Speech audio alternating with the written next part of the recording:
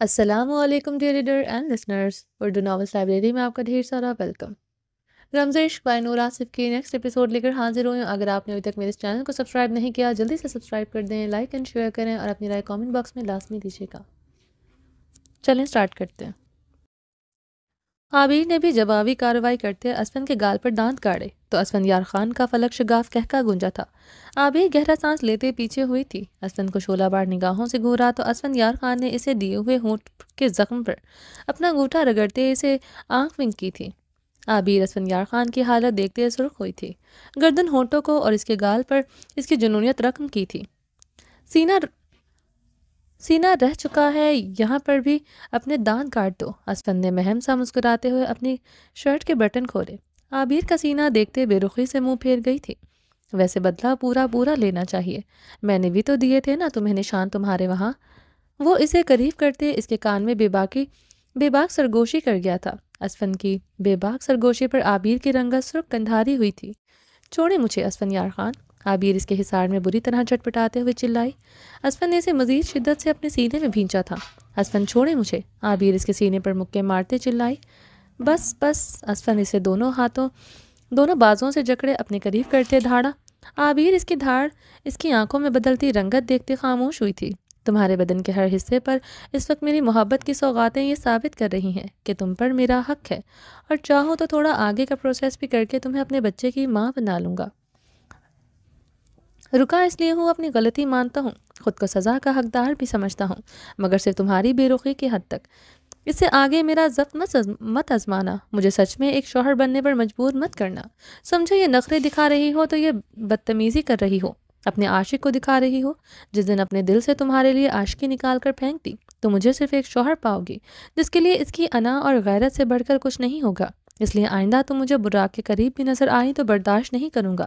اسفند اس کے چہرے پر سلگتی سانسیں چھوڑتے سرد آواز میں اسے تنبیہ کرتے پکارا تھا۔ کیوں اسفند یار خان، کیوں؟ براق سے میں سچ میں محبت کرتی ہوں۔ براق ہی تھا جس نے مجھے آپ کی بے وفائی بھلانے میں مدد کی، اور آپ سب میرے ساتھ نہیں، اس 7 سال کے بچے کے ساتھ زیادتی کر رہے ہیں۔ کیسے برداشت کرے گا وہ میری جدائی؟ عابر اسفند یار خان کی شرٹ جکڑتے تڑپتے ہوئے بولی، آئندہ تمہارے لبوں سے بھی اس کا نام نہ سنو، سمجھی تم، ورنہ اگلی بار دانت تمہاری زبان پر گاڑوں گا۔ اسفند نے سلگتے لہجے میں کہتے اسے ایک چٹکے سے چھوڑا۔ بات ٹب سے نکلا تھا، براق سے محبت والی بات اسے پھر سے سلگا گئی تھی۔ نہیں برداشت تھا اپنے صفاق پٹھانی کے لبوں سے کسی کے لیے بھی محبت۔ عابر نے گہرے سانس لے کر بات ٹب سے نکلتے اپنے کندھوں سے اترتی فراک اوپر کرتے اپنے زپ بند کی تھی۔ اسفند واش بیسن کی سلیب کے ساتھ ایک لگائے گہرے سانس لیتے اسے دیکھ رہا تھا۔ اس کے قریب جانے پر بہت سے جذبے اس کے اندر امڑتے اسے اپنی صفاق پٹھانی کے لیے پاگل کر گئے تھے۔ عابر اسے مکمل اگنور کیے دروازے کی طرف بڑھی تھی۔ وہ اسے بازوں سے جکڑے اپنے قریب کر گیا تھا۔ سچ میں صفاق پٹھانی ہو تمہیں اپنے اسفند پر ترس نہیں آتا؟ اسفند اس کی گردن پر اپنے سلگتے لب رکھتا مدہوشی کے عالم میں بولا، بات تب میں سمجھ گئی ہوگی میری حالت کیا ہو رہی تھی۔ میری آنکھوں کی سرخی دیکھ کر پتہ چل گیا ہوگا تم طلب بن کر میری آنکھوں میں اتر آئی ہو۔ ٹھنڈے پانی میں میرے بدن کی گرمی سے تمہیں اندازہ ہو گیا ہوگا، میرے خون کی گردش میں تمہارے بدن کی گرمی سما چکی ہے۔ کیوں اتنی صفاق بن رہی ہو میری بے رحم پٹھانی؟ تم نے صفاقیت اور بے رحمی سے میں حویلی کے خانزادوں کو بھی پیچھے چھوڑ دیا ہے۔ اسفند اس کی گردن پر نرمی سے لب رکھتا ہے، اس کے کندھے سے ہوتے ہوئے اس کے بازوں کو نرمی سے اپنے لبوں سے چھوتے اس کی کلائی پکڑے، اس کے زخمی کلائی پر نرمی سے لب رکھ کر جہاں کچھ دے رہے پہلے چوڑیاں ٹوٹ کر پیوست ہوئی تھی۔ عابر نے سسکتے ہوئے اسے گلابی آنکھوں سے دیکھتے اسے خود سے دور دھکیلا تھا۔ اسفند اسے بازوں سے جکڑے اس کی شیلف پر جھکاتے اس کے لبوں پر شدت سے جھک گیا تھا۔ واش روم کا دروازہ کسی نے باہر سے دھڑا دھڑ بجایا تھا۔ اسفند یار خان جو مدہوشی میں اس کی سانسیں انہیل کر رہا تھا، دروازہ بجنے پر وہ کرنٹ کھا کر عابر سے کے اوپر اٹھا تھا۔ عابر نے سیدھے ہوتے سرخ چہرے کے ساتھ اسفند یار خان کو دیکھا جو لب بھینچے دروازے کو دیکھ رہا تھا جسے باہر سے مسلسل بجایا جا رہا تھا۔ عابر نے پریشانی سے اپنا بھیگا سراپا مرر میں دیکھا۔ گردن گہرائیوں، آرز اور ہونٹوں پر ہر جگہ پر اسفند کی جنونیت کے نشان رقم تھے۔ فراک آگے سے پھٹ چکی تھی، پچھلے گہرے گلے سے نظر آتی بیک پر بھی اسفند کے دیے ہوئے نشان تھے۔ عابر نے اپنی حالت دیکھتے اسفند کو اب شعلہ بار نگاہوں سے گھورا۔ کیا دیکھ رہی ہو؟ میرا بھی حال کم و بیش تمہارے جیسا ہے۔ اسفند اس کے گھورنے پر اسے بازوں سے جکڑے سے قریب کرتے مدھم سرگوشی کر گیا۔ اسفند آپ کو یہ مذاق لگ رہا ہے؟ آپ کی موریں باہر کھڑی ہیں، کیسے سامنا کروں گی میں ان سب کا الزام بھی وہ مجھ پر لگا دیں گی۔ عابر اسفند کو دیکھتے غصے سے بولی تھی، کون ہے اندر؟ روزینہ خانم زور سے دروازہ کھٹکھٹاتے چیخی تھی۔ عابر روزینہ خانم کی آواز پر رہاسی ہوئی، خاموش رہو، وہ دروازہ کھٹکھٹا کر شاید چلی جائیں۔ اسفندیار خان بھی اب بری طرح جھنجھلایا تھا، موت کا فرشتہ ٹل سکتا ہے مگر آپ کی موریں نہیں، جب تک وہ دروازہ کھلوا نہیں لیں گی انہیں سانسیں نہیں آئیں گی۔ عابر کی بات پر اسفندیار خان نے اسے گھور کر دیکھا۔ کھولو، کون ہے اندر؟ روزینہ خانم حلق کے بل چیخی تھی۔ عابر نے لب کاٹتے ہوئے اسفندیار خان کو دیکھا جو اب خود گھبرایا ہوا تھا۔ آپ کی مورے کو تو پتہ ہے اندر ہم لوگ ہیں، مگر انہوں نے لائیو سینما دیکھ کر مجھے بے عزت بھی تو کرنا ہے۔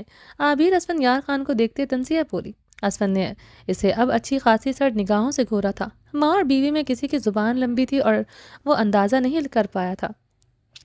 کون ہے اندر؟ تم لوگ کھولتا ہے یا پھر ہم سب کو اکٹھا کر دے؟ روزینہ خانم کی بات پر عابر کی رنگت میں ہوائیاں اڑی تھی۔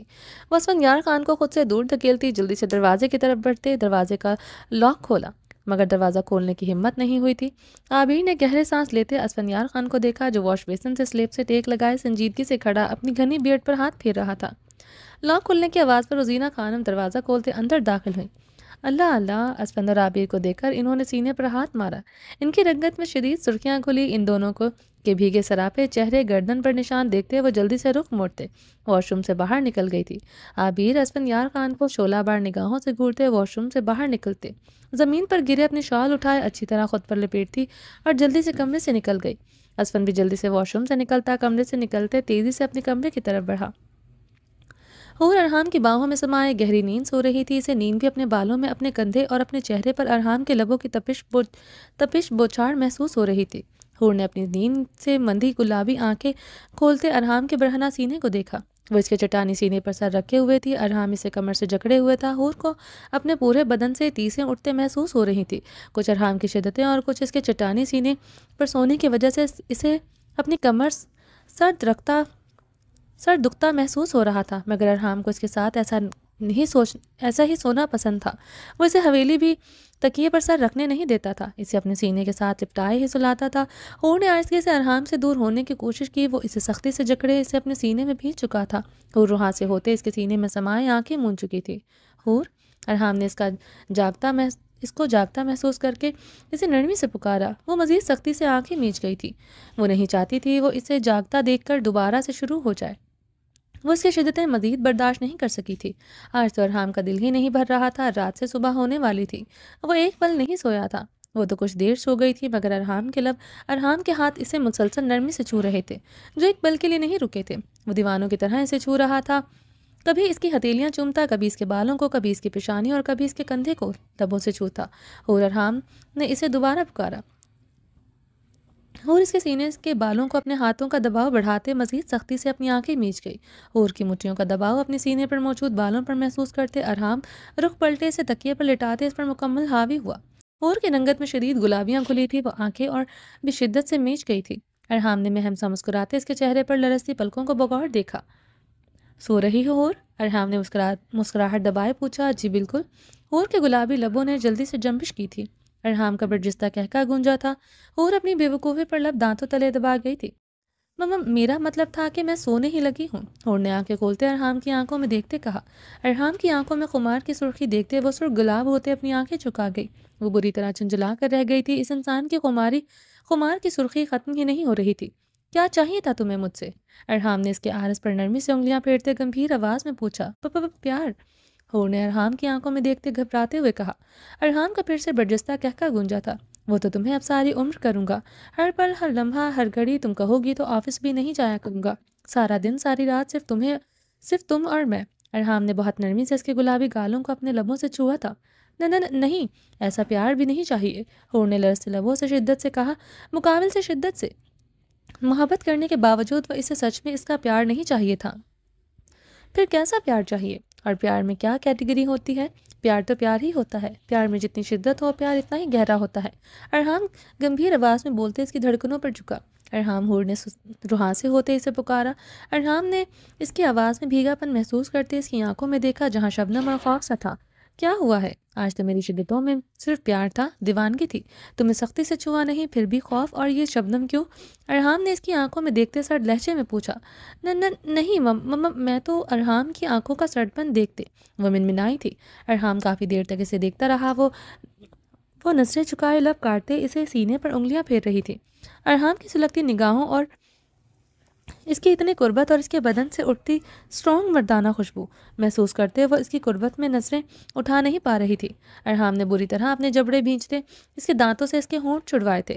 وہ گہرا سانس بھرتا پیچھے ہوتا تکیے پر سر رکھ گیا۔ ہونٹ جلدی سے خود پر کمبل لپیٹتے رخ پلٹ گئی تھی۔ ارحام کو اس کا رخ پلٹنا بری طرح چبھا تھا۔ ارحام نے سلگتی نگاہیں اس کے پشت پر ڈالی۔ وہ رات سے محسوس کر رہا تھا وہ اس کے خوف سے اس کے قریب آئی تھی، یعنی ان دونوں کا رشتہ آج بھی اس موڑ پر کھڑا تھا، یعنی آج سے 7 ماہ پہلے والا۔ وہ آج بھی صرف اس کے ڈرتی تھی۔ کیا وہ اس کی محبت کو ہوا سمجھتی تھی؟ اس سوال نے ارحام کے دل میں بے چینیاں بھر دی تھی۔ ارحام نے گہرے سانس لیتے اس کی پشت کو دیکھا۔ وہ اب اسے مزید دور ہوتے اپنی بڑھنا پشت کو بھی کمبل میں چھپائے بیڈ کے کنارے پر ہو گئی تھی۔ ارحام خانزادہ کی آنکھوں میں شعلے سے لپکے تھے۔ وہ بری طرح سلگا تھا۔ 7 مہینے کی جدائی دینے کے بعد بھی اس کا دل نہیں بھرا تھا۔ وہ اسے دور ہونا چاہتی تھی۔ اس کے کمبل ایک جھٹکے سے اتارتے اسے بازوں سے کھینچتا اپنے قریب کر گیا تھا۔ ہور نے سہمتے ہوئے ارحام کو دیکھا۔ ہور کی آنکھوں میں خوف دیکھتے ارحام خانزادہ کے خون میں شرارے سے پھوٹے تھے۔ وہ اس کے لبوں پر جھکتے، انہیں اپنے لبوں میں قید کرتے، اس کی کلائیاں جکڑتے، اسے اپنی پناہوں میں قید کرتے، اسے اپنی شدتوں میں جکڑ چکا تھا۔ ارحام خانزادہ کی آنکھ کھلی تو وہ اس کے سینے سے لپٹی گہری نیند سو رہی تھی۔ ارحام نے نرمی سے اس کی پیشانی چومتے اس کے بال اس کے آرس سے پیچھے کیے تھے۔ ارحام نے ایک بازو سے اس کی کمر پر لپیٹے سائڈ ٹیبل سے موبائل اٹھا کر دیکھا جہاں دن کا 1 بج رہا تھا۔ ارحام نے بہت نرمی سے اسے تکیے سے پلٹتے اس کے اوپر گھنی گھٹا بن کر چھایا تھا۔ ارحام اس کے آرس پر انگلیاں پھیرتے اس کی ملکوتی نقوش کو گہری نگاہوں سے دیکھا۔ یہ نقوش، یہ خوبصورتی بدن وہ صرف اس کی تھی۔ ارحام کے لبوں پر مغروریت بھری مسکراہٹ تھی۔ وہ اس کے پاس تھی، اسے یقین ہی نہیں آ رہا تھا۔ وہ ساری رات بار بار اسے چھوتا خود کو یقین دلا رہا تھا اس کی حور اس کی باہوں میں ہے۔ ارحام نے نرمی سے اس کے آرس پر انگلیاں پھیرتے اس کے چہرے کے نقوش پر اپنے لب رکھے تھے۔ اسے دیکھنے اسے چومنے سے اس کا دل ہی نہیں بھر رہا تھا۔ اب وہ بہت نرمی سے اس کے چہرے کے ایک ایک نقوش کو چھو رہا تھا۔ کبھی اس کی نازک سی ٹپ کو چھوتا، کبھی اس کے آرس کو۔ اس کے نقوش کو دیوانگی سے اپنے لبوں سے چھو رہا تھا۔ ہور کی آنکھ ارحام کے لبوں کے لم سے کھلی تھی۔ ہور نے بے یقینی سے ارحام کو اپنے اوپر جھکے دیکھا اور اس کے چہرے کو بہت نرمی سے چھو رہا تھا۔ ہور کا دل ہتیلی دھڑکا رہا تھا، جان لبوں پر سجی تھی۔ وہ کیا پھر سے شروع ہونے والا تھا؟ وہ سچ میں بے یقین ہوئی تھی۔ ہور نے اسی لمحے پوری قوت سے ارحام کو خود سے دور دھکیلا۔ وہ مزید اس جن کو برداشت نہیں کر سکتی تھی۔ ارحام مدہوش ہوا اور اس کی گردن میں منہ چھپائے اس کی خوشبو اپنے اندر اتار رہا تھا۔ ہور کے دور دھکیلنے پر وہ اس کی گردن میں منہ نکالتے بے یقین ہوا تھا۔ وہ اسے خوف زدہ نگاہوں سے بھیگی نگاہوں سے دیکھ رہی تھی۔ ارحام کے دیکھنے پر وہ منہ پھیر گئی تھی۔ ارحام اس پر جھکے کچھ پل اسے دیکھتا رہا۔ وہ اب نظریں چکائے لب کاٹتی رہی۔ ارحام بیڈ سے اٹھتا تیزی سے واش روم کی طرف بڑھا تھا۔ ہور گہرا سانس لیتے اٹھ کر بیٹھی تھی۔ زمین پر گری ارحام کی ٹی شرٹ اٹھا کر پہنی۔ وہ اپنی آنکھوں کے گوشوں پر ابھرتی نمی صاف کرتے کمبل لپیٹتے آنکھیں موند گئی تھی۔ حیدر خان تندو تیز ڈرائیونگ کر رہا تھا۔ رنگت میں شدید سرخیاں گھلی تھی۔ وہ سفید شلوار قمیض پر سفید مردانہ شال اوڑے ہوئے تھا۔ اس کی گاڑی کے ساتھ ساتھ آگے پیچھے گارڈز کی گاڑیاں بھی تھی۔ وہ ابھی حویلی سے آ رہا تھا۔ اسے پتا چلا تھا فرشتے حویلی نہیں ہیں۔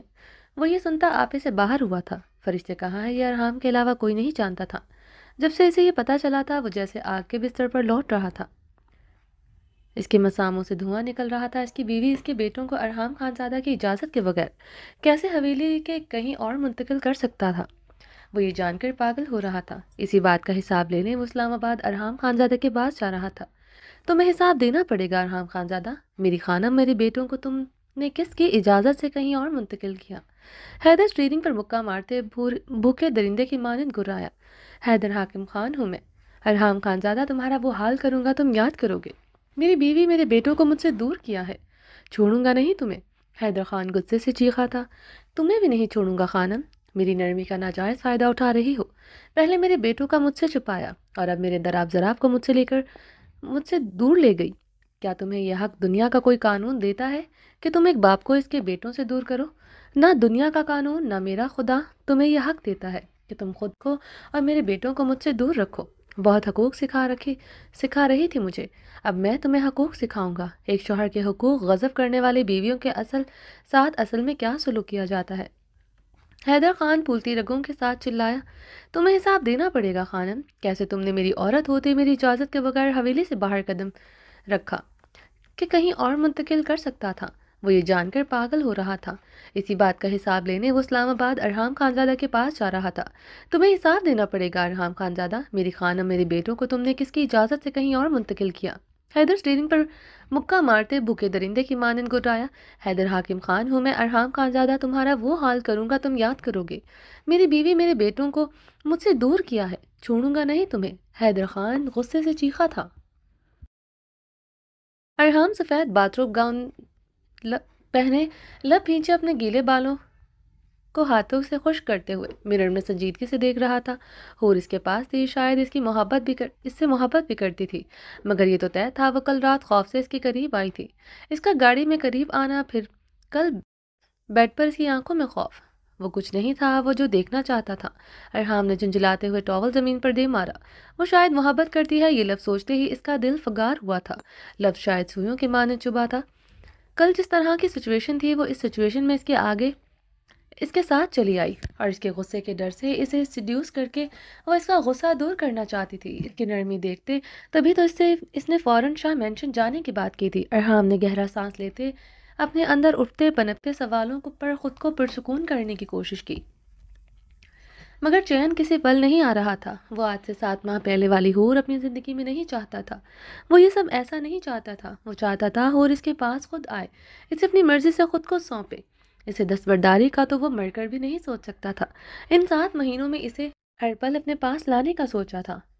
خدا سے بہت دعائیں مانگی تھی وہ اس کے پاس چلی آئے، اسے اس پر رحم آ جائے، مگر یہ تو نہیں چاہتا تھا۔ وہ تو اس سے ڈر کر اس کے پاس چلی آئے۔ شاید وہ اس کی جان اور عزت بچانے کو اس کا احسان سمجھ رہی تھی، جیسے سلطان شاہ نے کل اپنی بیٹی کو آرام سے اس کے ساتھ آنے دیا تھا، ورنہ اگر وہ چاہتے تو یقیناً دونوں طرف کی گارڈز کی گولیاں چل جاتی۔ وہ بھی شاید کل اپنی بیٹی کی جان بچانے کے لیے بدلے میں اس پر رحم کھا بیٹھے تھے۔ ارحام یہ سوچتے تلخی سے مسکرایا تھا، اسے باپ بیٹی کا رحم تو ہی نہیں چاہیے تھا۔ حور کی جان اور عزت بچا کر اس نے کسی اور پر نہیں بلکہ خود پر احسان کیا تھا۔ حور کی جان اور عزت تو تھی ہی اس کی، اس نے حور کی عزت نہیں بلکہ اپنی عزت بچائی تھی۔ وہ حور کو اپنی پناہوں میں تو قید کر کے رکھنا چاہتا تھا، مگر اپنی حویلی میں قید کر کے نہیں رکھنا چاہتا تھا۔ وہ ویسے ہی اپنی زندگی گزارے جیسے پہلے گزار رہی تھی۔ وہ ایسا نہیں چاہتا تھا۔ وہ کمرے میں حور کی ہنسی کی چھنکار سننا چاہتا تھا۔ وہ اس کی باہوں میں قید ہوتے اس کی دھڑکن پر اپنے لب رکھے، اسے اپنے ہونے کا احساس دلائے۔ وہ حور اپنی زندگی میں چاہتا تھا۔ اگر وہ اس کی شدتوں سے ڈر رہی تھی تو وہ اسے سمجھنا چاہیے تھا وہ صرف اس کے لیے تھی، اسے ہی تو برداشت کرنا تھا۔ وہ اس کی باہوں میں ہو، وہ خود پر کنٹرول کر لے، یہ تو ناممکن تھا۔ ارحام نے گہرا سانس لیتے مرر میں دیکھتے اپنے گھنے بالوں میں انگلیاں پھیری۔ اگر وہ اس کی محبت، اس کا عشق دل سے محسوس کرتی تو وہ اس کی یوں خوف نہ کھاتی، یا پھر ابھی تک اس کی محبت کو ہوس ہی سمجھتی ہے؟ اس سوال نے ایک بار پھر سے اسے بے چین کیا تھا۔ آپ کی محبت صرف جسم سے مشروط ہے، جو میرے نزدیک ہوس ہے۔ حور کے لفظ یاد کر کے وہ زخمی سا مسکرایا تھا۔ جس عورت سے وہ جنون کی حد تک عشق کرتا ہے، اس کی ذات، اس کی روح میں صرف وہی تھی۔ اس نے یہ لفظ اس کی روح کو آج بھی فگار کرتے تھے۔ ارحام لب بھیجے واش روم میں بنی کبرٹ کی طرف بڑھا۔ ارحام واش روم سے بلیک شلوار قمیض پر بلیک مردانہ شال کندھوں پر ڈالے باہر آیا۔ حور اس کی بلیک ٹی شرٹ میں ملبوس صوفے پر بیٹھی بلیک کافی پی رہی تھی۔ ارحام گہری گرم نگاہ ڈالتے اس کی طرف بڑھا۔ حور ارحام کو دیکھتے کافی ٹیبل پر رکھتے جلدی سے کھڑی ہوئی۔ وہ کل سے ایسے ہی بیہیو کر رہی تھی۔ ارحام اس کے ایک دم سے کھڑا ہونے پر مسکرایا تھا۔ ارحام مسکراتے ہوئے اسے کمر سے تھامے اسے اپنی باہوں میں بھرتے اپنی سینے میں بھینچ گیا۔ پتہ ہے تمہارے خوبصورت بدن کی خوشبو الگ ہے، گلاب سی کستوری، کیا نام دو اس خوشبو کو؟ ارحام حور کے بالوں میں منہ چھپائے گمبھیر آواز میں بولا۔ حور اس کے سینے پر سر رکھے اس کی شرٹ کے بٹن کے ساتھ انگلی سے کھیل رہی تھی۔ دور جانے کے سارے راستے وہ مسرود کر چکا تھا۔ وہ اسے اپنے سینے میں قید کیے ہوئے تھا۔ ارحام اسٹرانگ مردانہ خوشبو جیسے اس کے حواس معطل کر رہی تھی۔ زیادہ پسند ہے یہ بٹن تمہیں، یا میرا سینہ پسند ہے جو تمہاری انگلیاں ہر وقت یہاں حرکت کرتی رہتی ہیں؟ ارحام نے حور کی طرف دیکھتے شرارتی لہجے میں نرمی سے کہا، نہیں، مجھے آپ کا سینہ بالکل نہیں پسند۔ ہو سکتا ہے کسی اور کو پسند رہا ہو کبھی، آپ ایک ایکسپیرینس شادی شدہ مرد بھی تو ہے، رہ چکے ہیں نا؟ حور ارحام کی آنکھوں میں دیکھتے تنزیہ نہ روٹھے انداز میں بولی۔ ارحام نے مسکراہٹ دبائے سنجیدگی سے اسے دیکھا، وہ گل کے ساتھ پلے لینڈ جانے والی بات پر ابھی بھی سے خفا تھی۔ میرا سینہ کسی کو پسند نہیں رہا کبھی، لیکن میں چاہوں گا کہ میری حور کو پسند ہو، وہ جہاں میرا سینہ دیکھے ٹوٹ پڑے، مجھے کاٹ کھائے، جس طرح میں کرتا ہوں۔ ارحام نے جھکتے ہوئے اس کی دھڑکنوں پر لب رکھتے انہیں سختی سے ہاتھوں سے چھوا۔ ارحام کی بے باکی حرکت پر حور کی رنگت سرخ کندھاری ہوئی تھی۔ میں کیا پہنوں گی؟ اب میرے کپڑے کہاں ہیں؟ اور گلابی رنگت کے ساتھ بات بدلتے بولی۔ ارحام اس کی رنگت میں سرخیاں دیکھتے گہرا مسکرایا تھا۔ واش روم کے کبرڈ میں تمہارے کپڑے ہیں، جلدی سے پہن کر تیار ہو جاؤ، ہم ناشتہ کر کے نکلتے ہیں۔ ارحام نے اس کے ماتھے پر لب رکھے تھے اور استباد میں سر ہلاتے واش روم کی طرف بڑھی۔ ارحام اسے بازوں سے جکڑے پھر سے اپنے قریب کر گیا تھا۔ میری ٹی شرٹ تو دیتی جاؤ۔ ارحام نے اس کی ٹی شرٹ کے اندر ہاتھ ڈالتے اسے بے باکی سے چھوتے، اس کے کان میں مدھم سے سرگوشی کرتے، اس کے کان کی لوں کو لبوں سے کاٹا۔ ارحام، آپ نے کپڑے تو پہن لیے، اس کا کیا کریں گے؟ ہور سرخ پڑتے بے ساختہ بولی تو ارحام کا برجستہ کہکا گونجا۔ ہور سرخ پڑتے اس کے سینے کے ساتھ لپٹی تھی۔ ارحام اسے سختی سے اپنے سینے میں بھینچ چکا تھا۔ ارحام، مجھے شاور لینا ہے۔ حور ارحام کی گرفت میں بمشکل سانس لیتے بولی تھی۔ میرا تمہارے ساتھ ہی شاور لینے کا ارادہ تھا، مگر پھر تمہیں مشکل ہو جاتی ہے۔ ارحام نے مسکراتے اسے آنکھ ونک کی تھی۔ حور سرخ چہرے کے ساتھ اس کے حصار سے نکلتی واش روم کی طرف بڑھی۔ حور واش روم سے بلیک گرم پٹھانی فراک میں ملبوس باہر آئی تھی، جس پر بلیک ویلوٹ کی شال تھی جو اس نے ایک طرف کندھے پر ڈال رکھی تھی۔ براؤن چاکلیٹی بال سلکی بال کھلے تھے۔ ارحام جو فون پر بات کر رہا تھا، حور کو دیکھ کر وہ سٹل ہوا تھا، گلے میں گلٹی سی بھر کر معدوم ہوئی تھی، دل کی دھڑکنیں بری طرح منتشر ہوئی تھیں۔ جو وہ فیصلہ لے چکا تھا وہ کیسے اس پر قائم رہ سکے؟ ارحام کا دل بری طرح گھبرایا تھا، دل میں جیسے شدید درد اٹھا تھا۔ ارحام کو مہوت سا دیکھ کر سٹل جمے دیکھ کر حور کی رنگت گلابی ہوئی تھی۔ وہ فون پر بات کرنا بھول گیا تھا۔ فون کان سے لگائے وہ اسے گہری نگاہوں سے دیکھ رہا تھا۔ حور کے لبوں پر مہم سی مغروریت بھری مسکراہٹ بکھری تھی۔ وہ ارحام کو اگنور کیے ڈریسنگ مرر کی طرف بڑھی، ڈریسنگ مرر پر پڑی لپسٹک اٹھا کر لگانے لگی۔ ارحام جب مہوت سا کھڑا اس کے ڈریسنگ مرر کی طرف بڑھنے پر ارحام ہوش کی دنیا میں واپس آیا تھا۔ وہ حور کی طرف بڑھتے اس کے پیٹ پر اپنا ہاتھ جماتے اسے اپنے قریب کرتے اسے اپنی پشت کے ساتھ لگا گیا تھا۔ اگر میں تم سے ایک ریکویسٹ کروں تو مانو گی کیا؟ ارحام مرر میں حور کا دمکتا چہرہ دیکھ کر بولا۔ کیا؟ حور نے حیرانگی سے مرر میں ارحام کو دیکھا۔ وہ پہلی مرتبہ ریکویسٹ کر رہا تھا، ورنہ وہ تو صرف اپنا حق جتاتے حکم دیتا تھا۔ تم اپنے ہونٹوں کو صرف میرے سامنے رنگا کرو، کسی دوسرے کے سامنے کبھی اپنے ہونٹوں پر گہرا رنگ نہیں لگاؤ گی، کبھی اپنی خوبصورتی کسی دوسرے کے سامنے شو نہیں کرو گی، چاہے وہ عورت ہی کیوں نہ ہو۔ ارحام اس کا رخ موڑتا اس کے تیز گلابی رنگ کی لپسٹک سے سجے ہونٹوں پر جھک گیا تھا۔ حور ارحام کی شرٹ مٹھیوں میں جکڑ گئی تھی۔ ارحام بہت نرمی سے اس کے لبوں پر جھکے اس کی سانسیں انہیل کر رہا تھا۔ وہ اس کے ہونٹوں کی رنگت چرا کر پیچھے ہوا تو حور اس کے سینے پر سر رکھے اپنی ٹوٹی سانسیں بحال کرنے لگی۔ ارحام حور کو نرمی سے اپنے سینے سے علیحدہ کرتے اس کی گردن پر جھکے اپنی سلگتی سانسیں چھوڑے۔ حور کی شرٹ جکڑے اپنی آنکھیں موند چکی تھی۔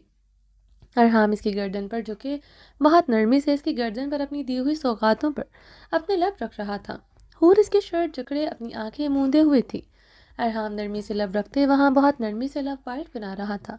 فون رنگنگ پر ارحام نے اسے چھوڑتا اپنی پاکٹ سے فون نکالے، کان سے لگایا۔ حور اس کی شرٹ مٹھیوں میں جکڑے اس کے سینے پر سر رکھے آنکھیں موندے ہوئے تھی۔ ارحام ایک ہاتھ اس کی کمر کے گرد لپیٹے ہوئے تھا۔ فون پر ملنے والی خبر پر ارحام کی رنگت میں سرخیاں گلی تھی۔ اوکے، آ رہا ہوں میں، ارحام سختی سے کہتا فون بند کر چکا تھا۔ حور، چلو کھانا کھاتے ہیں۔ ارحام اس کا ہاتھ نرمی سے تھامے ٹیبل پر رکھے کھانے کی طرف بڑھا۔ گاڑی کو اسلام آباد کی حدود میں داخل ہوتے دیکھ کر حور نے حیرانگی سے ارحام کو دیکھا، جو سنجیدگی سے ڈرائیو کر رہا تھا۔ وہ اس وقت بڑی سی چادر میں لیٹی ہوئی تھی، چہرہ بھی چھپا رکھا تھا۔ آگے پیچھے گارڈز کی گاڑیاں تھیں، وہ پورے راستے سوتی آئی تھی۔ ابھی آنکھ کھلی تو اس کی آنکھیں تحیر سے پھیلی تھیں۔ وہ اسے اسلام آباد لے کر جا رہا تھا، مگر اس نے تو کہا تھا وہ لوگ حویلی جائیں گے۔ حور نے الجھن بھری نگاہوں سے ارحام کو دیکھتے ونڈ اسکرین پر نظریں جمائی۔ کیا ارحام مجھے اپنے اپارٹمنٹ لے کر جا رہے ہیں؟ حور نے بے چینی سے سوال کیا۔ وہ لب کاٹتے ونڈ اسکرین پر نظریں جمائے ہوئے تھی۔ ارحام مسکراتے ہوئے اس کی طرف جھکا۔ میری جان، لب کاٹنا بند کرو، یہ کام صرف میرا ہے، کیوں میری چیزوں پر حق جتاتی ہو؟ ارحام نے حور کی طرف جھکتے سرگوشی کی تو حور کی آنکھیں حیرت و استعجاب سے پھیلی تھی۔ اس کا چہرہ تو ڈھکا ہوا، اسے کیسے معلوم؟ وہ اپنے لب کاٹ رہی تھی۔ ارحام اس کی آنکھوں میں حیرت و استجاب دیکھ کر گہرا مسکرایا تھا۔ میری جان، میری نظروں سے خود کو دیکھو، میری آنکھوں کی گہرائی تمہیں پردے میں بھی ماپ لیتی ہے۔ ارحام نے اس کا ہاتھ پکڑے اس کی ہتھیلی چومتے گاڑی کی سپیڈ بڑھائی۔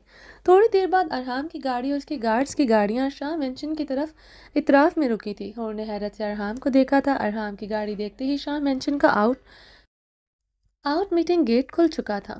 ارحام کی گاڑی شاہ مینشن کے گیٹ کے اندر داخل ہوئی تھی۔ ہور گنگ سی پریشان بیٹھی تھی۔ ارحام، آپ یہاں؟ ہور نے حیرت سے کہا۔ ارحام نے نرمی سے اس کا نقاب اتارا۔ تم شاہ مینشن میں رہنا چاہتی ہو نا؟ ارحام کے سوال پر وہ مزید حیران ہوئی تھی۔ ہور، میں تم سے شدید محبت کرتا ہوں، اتنی کہ تم سوچ نہیں سکتی۔ سچ کہو، میری محبت تمہارے لیے جنونی ہے، جو تمہیں ہرٹ بھی کر سکتی ہے۔ میرا جنون کہتا ہے تمہیں اپنی حویلی میں قید کر کے میں اپنی پناہوں میں رکھوں۔ میرا جنون کہتا ہے تمہاری سانسوں پر ہر دم میں قابض رہوں۔ میرا جنون کہتا ہے تم پر کسی مرد کی نظر تو دور کی بات، کسی عورت کی بھی نظر نہ پڑے۔ کچھ باتوں پر میں سمجھوتا نہیں کر سکتا، نہ میرا جنون کم ہو سکتا ہے، وہ وقت کے ساتھ بڑھتا جا رہا ہے۔ وہ ہے تم پر کسی کی نظر نہ پڑے۔ مرتے دم تک تم پر کسی کی نظر نہیں پڑنے دوں گا، تمہاری حفاظت کروں گا۔ اگر تمہیں یا سلطان شاہ کو لگتا ہے کہ میں نے تمہاری عزت، تمہاری جان بچا کر کوئی احسان کیا ہے، تو یہ میرے نزدیک گالی ہے۔ میرے لیے تمہاری عزت تو تمہاری ہی نہیں، وہ تو میری ہے۔ کل تمہاری عزت نہیں، میں نے اپنی عزت بچائی تھی۔ تمہاری سانسوں میں میری سانسیں بستی ہیں، اگر تمہاری سانسیں رک جائیں تو کیا میں جی سکتا ہوں؟ ارحام اس کی ہتھیلیوں کو نرمی سے چومتا سوالیہ لہجے میں بولا، اور اس کی باتوں کو اور اس کے سوالوں پر الجھن بھری نگاہوں سے اسے دیکھ رہی تھی۔ میری یہ کل کی رات بہت حسین تھی۔ سچ بتاؤ، میری زندگی کی ہر رات سے کل والی رات خوبصورت تھی۔ تمہارے ساتھ گزاری ہر رات مجھے پچھلی رات سے خوبصورت لگتی ہے، مگر یہ رات تمہارے لیے بھی خوبصورت ہو یہ ضروری تو نہیں۔ ارحام کی بات پر ہور نے حیرانگی سے ارحام کو دیکھا۔ وہ کیا کہنا چاہ رہا تھا وہ سمجھ نہیں پا رہی تھی۔ میرا جنونیت کی کوئی حد نہیں ہے، میں پاگل ہوں تمہارے لیے۔ ہو سکتا ہے میں اپنی کہی ہوئی باتوں پر قائم نہ رہ سکوں، جیسے کل رات تمہارے قریب آنے پر قائم نہیں رہ سکا۔ وعدہ کیا تھا خود سے کہ تمہارے قریب تب تک نہیں آؤں گا جب تک تم میری محبت کو ہوس سمجھنا بند نہیں کرو گی، مگر کل رات میں اپنے وعدے پر قائم نہ رہ سکا۔ ارحام میں ہور کے لبوں نے جنبش کی تھی۔ ارحام اس کے لبوں پر انگلی رکھ گیا تھا۔ جانتا ہوں کل تم اس سچویشن کے بعد ڈری سہمی ہوئی تھی، تمہیں صرف میری باہوں کی ضرورت تھی، میری شدتوں کی نہیں، میری قربت کی نہیں، مگر میں ساری رات تم پر اپنی شدتیں ڈھاتا رہا۔ ساری رات تمہارا ڈر خوف تمہاری آنکھوں میں چمکتی شبنم دیکھ کر میں انجان بنا رہا۔ اس وقت میں اپنے بارے میں سوچتا رہا۔ سچ بتاؤ، تم پاس ہوتی ہو تو میں خود پر کنٹرول نہیں کر سکتا، مجھے صرف تم چاہیے ہوتی ہو، اور اس کے آگے کچھ نہیں۔ میں جانتا ہوں وقت کے ساتھ اس میں کمی آنے کے بجائے شدت آئے گی، اور میں نہیں چاہتا تمہیں میری جنونیت حق ملکیت میں تکلیف پہنچے۔ میں چاہتا ہوں تم خوشی خوشی میری حویلی میں قید رہنا پسند کرو۔ میں چاہتا ہوں تم میری باہوں میں اتنی ہی پرسکون ہو جس طرح میں ہوتا ہوں۔ میں چاہتا ہوں جس طرح میرے لب دیوانگی کے عالم میں تمہیں چھوتے ہیں، تمہارے لب بھی کبھی میری ہونٹوں کو نرمی سے چھوئیں۔ ارحام کی ہتھیلیاں نرمی سے چومتے بولا۔ اور اس کی باتیں سمجھنے کی کوشش کر رہی تھی، وہ جو سچ میں سمجھ نہیں پا رہی تھی۔ بیوی ہو میری، حق ملکیت کا احساس تمہارے اندر بھی ہے۔ تم گل سے جیلس ہوئی، میں اسے تمہاری محبت سمجھ بیٹھا۔ تمہیں ایک بات کا یقین دلاتا ہوں، میں مرتے دم تک صرف تمہارا ہوں۔ میں اپنی زندگی میں کسی دوسری عورت کا تصور بھی نہیں کر سکتا۔ نہ میں اس کے ساتھ لے لین گیا تھا۔ پریزے کی ماما تم ہو اور ہمیشہ تم رہو گی، چاہے تم کہیں بھی رہو، مگر وہ ہمیشہ تمہیں ماما ہی پکارے گی۔ ہاں، چاہتا تھا پریزے کا بھائی یا بہن آ جائے، مگر شاید یہ ممکن نہیں۔ ارحام کی باتوں پر ہور کی حیرانگی بڑھتی جا رہی تھی۔ ممکن نہیں؟ مگر کیوں؟ ہور کی آنکھوں میں سوال لہرائے تھے۔ ہور، میں تمہیں کبھی فورس نہیں کروں گا کہ تم میرے ساتھ حویلی رہو، تم شاہ مینشن رہو گی جب تک تم چاہو۔ میرے پاس آؤ گی تو ارحام خانزادہ کی یہ خوش نصیبی ہوگی، ورنہ ہر رات ارحام خانزادہ کی ماتم کدہ ہوگی، وہ ہر رات اپنی بد نصیبی پر روئے گا۔ ارحام کی آنکھوں کی سرخی بڑھتی جا رہی تھی، ہور کی آنکھوں کی حیرت بڑھتی جا رہی تھی۔ دونوں ایک دوسرے کی آنکھوں میں دیکھی جا رہی تھی۔ ہور کی آنکھوں میں شبنم بڑھتی جا رہی تھی۔ تمہیں میرے پاس آنے کی کوئی پابندی نہیں ہوگی، تم جتنا دور رہو، جب تک دور رہو، یہ صرف تمہارا فیصلہ ہوگا، مگر تم بے پردہ کبھی کسی کے سامنے نہیں آؤ گی، تم خود پر کسی کی نظر نہیں پڑنے دو گی۔ اگر کبھی ایسا ہوا، میری جنونیت تمہیں بہت تکلیف پہنچائے گی۔ صرف ایک یہی بات پر میں کمپرومائز نہیں کر سکتا۔ میں جانتا ہوں تم پردہ میری وجہ سے کرتی ہو، میرے ڈر کی وجہ سے کرتی ہو، اور میں چاہتا ہوں یہ ڈر ہمیشہ قائم رہے۔ تمہاری جو وجود پر صرف ارحام خانزادہ کا حق ہے، اور مرتے دم تک رہے گا، بلکہ مرنے کے بعد بھی میرا حق تم پر رہے گا۔ ارحام نے بھاری آواز میں کہتے اس کی آنکھیں باری باری چومی تھی۔ وعدہ ہے آپ سے میرے وجود پر صرف آپ کا حق ہوگا، اب کیا حکم ہے میرے لیے؟ حور نے اپنا ہاتھ چھڑواتے سپاٹ لہجے میں پوچھا۔ آنکھوں کی شبنم بڑی تھی۔ میں تمہارے حکم کا پابند ہوں حور، جیسے تم کہو۔ ارحام نے سنجیدگی سے حور کے سر سپاٹ چہرے پر نظر ڈالتے بے چینی سے اس کے لبوں کو دیکھا جو اس کی زندگی کا فیصلہ کرنے والے تھے۔ حور ارحام کی بات پر استزائیہ مسکرائی تھی۔ حکم تو آپ کا چلتا ہے، مجھے اپنے وجود کو ڈھانپنا ہے۔ یہ آپ کا حکم ہے، مجھے کسی عورت کے سامنے نہیں جانا ہے۔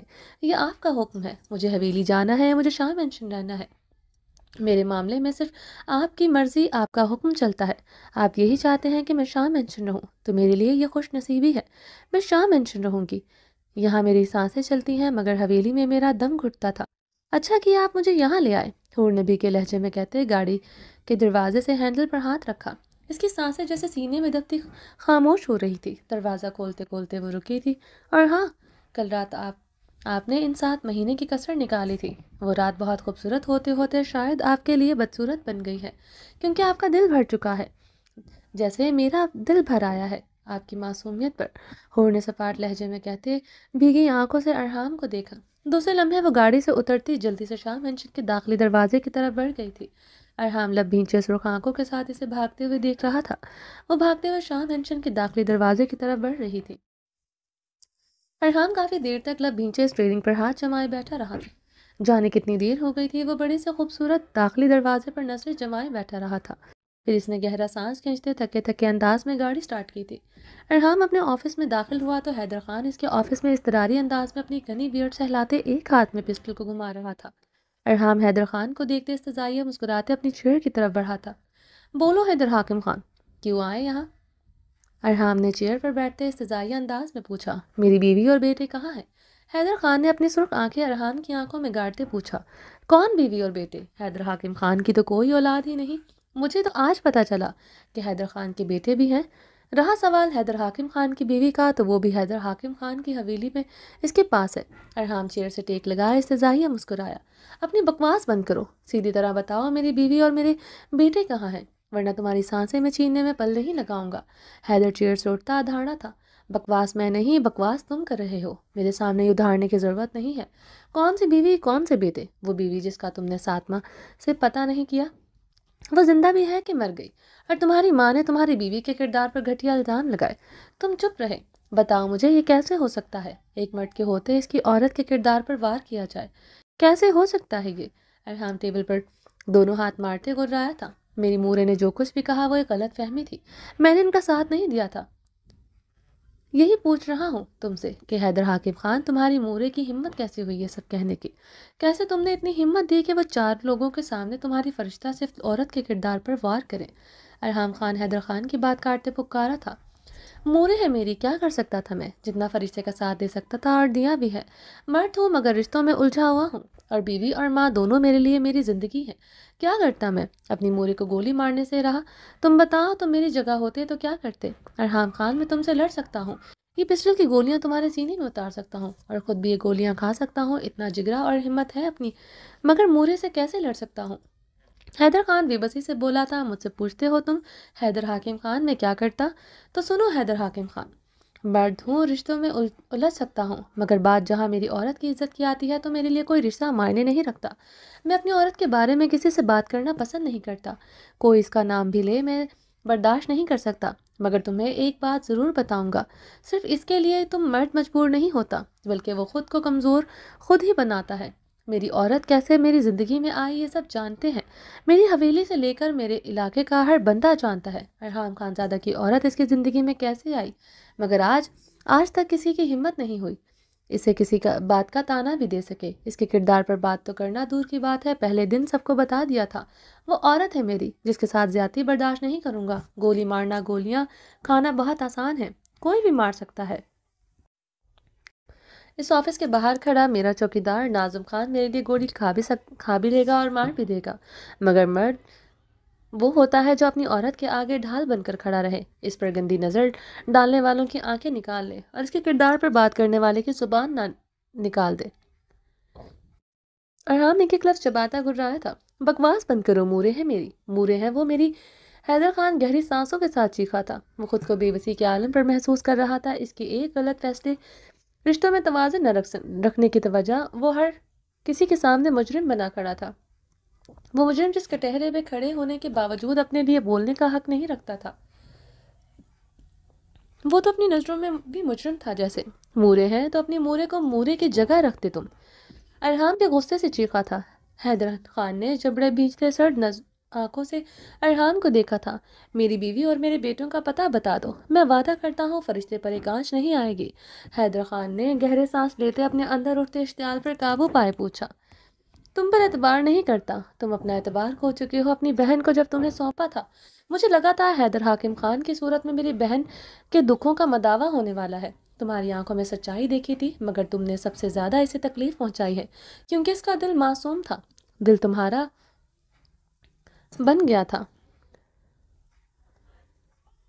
اس کے دل پر حکومت کرنے والے تم پہلے انسان تھے، مگر تم نے اسے تکلیف پہنچائی، کبھی اسے روتا نہیں دیکھا تھا۔ وہ برف کی چٹان تھی جسے تم نے پگھلایا، مگر افسوس تم نے سچ میں اسے پگھلا کر اس کا وجود ہی ہم سے ختم کر دیا۔ 7 مہینے سے روتے تڑپتے دیکھا، اس کے کمرے کے باہر کھڑے ہو کر اکثر اس کی سسکیاں سنی ہے۔ کیا گزرتی تھی مجھ پر؟ کیا میری تکلیف کا مداوع کر سکتے ہو تم حیدر حاکم خان؟ ارحام نے ٹیبل پر ہاتھ مارتے گراتے ہوئے پوچھا۔ مجھے میرے بیٹوں اور بیوی کا پتہ چاہیے ارحام خان زادہ، ورنہ میں یہ گولیاں تمہارے سینے میں اتار دوں گا۔ حیدر خان نے اپنی پسٹل ارحام خان کے سینے پر تانی۔ مار دو مجھے، مگر فرشتے کہاں ہیں یہ نہیں بتاؤں گا تمہیں، یہ راز میرے ساتھ دفن ہو جائے گا، وہ جہاں ہے تم کیا تمہاری 7 پشتے نہیں ڈھونڈ سکتی؟ ارحام استزائیہ مسکرایا۔ آہ! حیدر حاکم خان نے چیختے ہوئے پسٹل کی ساری گولیاں سامنے دیوار پر دے ماری تھی۔ ارحام خان استزائیہ نگاہوں سے حیدر خان کو دیکھتے چیئر پر بیٹھتے چیئر سے ٹیک لگا گیا تھا۔ ڈھونڈ لوں گا اسے ارحام خان، وہ پاتال کی گہرائیوں میں چھپی ہوگی، وہاں سے بھی نکال لاؤں گا۔ دنیا کی کوئی طاقت میری بیوی میرے بیٹوں سے مجھے دور نہیں کر سکتی۔ اپنی ساری طاقت لگاؤں گا، مرنا پڑا مر جاؤں گا، مارنا پڑا مار دوں گا، اب مگر اپنی عورت اپنے بیٹوں کا ڈھونڈ نکالوں گا۔ مگر اس دن تمہاری بہن کی خیر نہیں ہوگی، جس نے یہ قدم اٹھایا، اس دن تم بھی میرے شر سے نہیں بچا سکو گے۔ حیدر خان نے غصے سے ایک ایک لفظ چباتا وہاں سے نکل گیا تھا۔ زران ابرش کے ساتھ سوات کے ایک بہت بڑے مال میں داخل ہوا تھا۔ ابرش سیاہ چادر جو سر سے پیر تک مکمل چھپی ہوئی تھی، چہرہ بھی مکمل ڈھانپا ہوا تھا۔ زران نرمی سے اس کی کلائی جکڑے ایک بوتیک میں داخل ہوا تھا۔ زران کیسا ڈریس لوں؟ ابرش نے مختلف ڈریسز دیکھتے زران سے کہا۔ تم کوئی سا بھی لے لو بیوی، ہر ڈریس میں خوبصورت لگو گی۔ آج کی رات کے لیے جو مجھے لینا ہے وہ میں خود لے لوں گا۔ زران نے ابرش کے پردے میں لپٹے وجود پر گہری نگاہ ڈالی تھی۔ ابرش زران کو مسکراتی شرمیلی نگاہوں سے دیکھتے نظریں چکا گئی تھی۔ اف! زران نے ابرش کو نظریں چکا کر دیکھ کر دل پر ہاتھ رکھا تھا۔ جتنا مرضی شرما لو بیوی، آج رات تمہاری شرم اچھی طرح اتار دوں گا۔ تم جانتی ہو نا تم مجھے بے شرم بہت پسند ہو۔ زران اس کی طرف جھکتے مدھم سرگوشی آواز میں بولا تو ابرش کلکلا کر ہنسی تھی۔ زران اسے ہنستا دیکھ کر گہرا مسکرایا۔ ابرش مسکراتی ہوئی ڈریسز سیکشن کی طرف بڑھی۔ ایک خوبصورت میرون کلر کی میکسی نکالتے ابرش نے زران کو دکھائی، جو فون سننے میں مصروف تھا۔ زران یہ کیسی ہے؟ ابرش نے اپنے ساتھ لگاتے زران سے پوچھا۔ زران نے مسکراتے ہوئے اوکے کا اشارہ دیا۔ زران یہ ٹرائی کر لوں میں؟ ابرش نے زران سے پوچھا، جو فون پر بری طرح مصروف تھا۔ زران کے استبات میں سر ہلانے پر وہ ٹرائل روم کی طرف بڑھی۔ ابرش نے ٹرائل روم میں داخل ہوتے ہی اپنی چادر اتار کر سائڈ پر رکھی۔ اس نے ابھی وہ میرون ڈریس ٹرائی ہی کیا تھا۔ ٹرائل روم کا دروازہ دھڑ دھڑ بجا تھا۔ ابرش نے حیرت سے دھڑ دھڑ بجتے دروازے کو دیکھا، جیسے باہر قیامت آ گئی تھی۔ دروازہ کھولو! زران کی بھاری آواز پر ابرش نے دھڑکتے دل کے ساتھ جلدی سے دروازہ کھولا۔ ابرش کو میرون ڈریس میں دیکھ کر زران نے قہربار نگاہ اس کے وجود پر ڈالی۔ کیا ہوا زران؟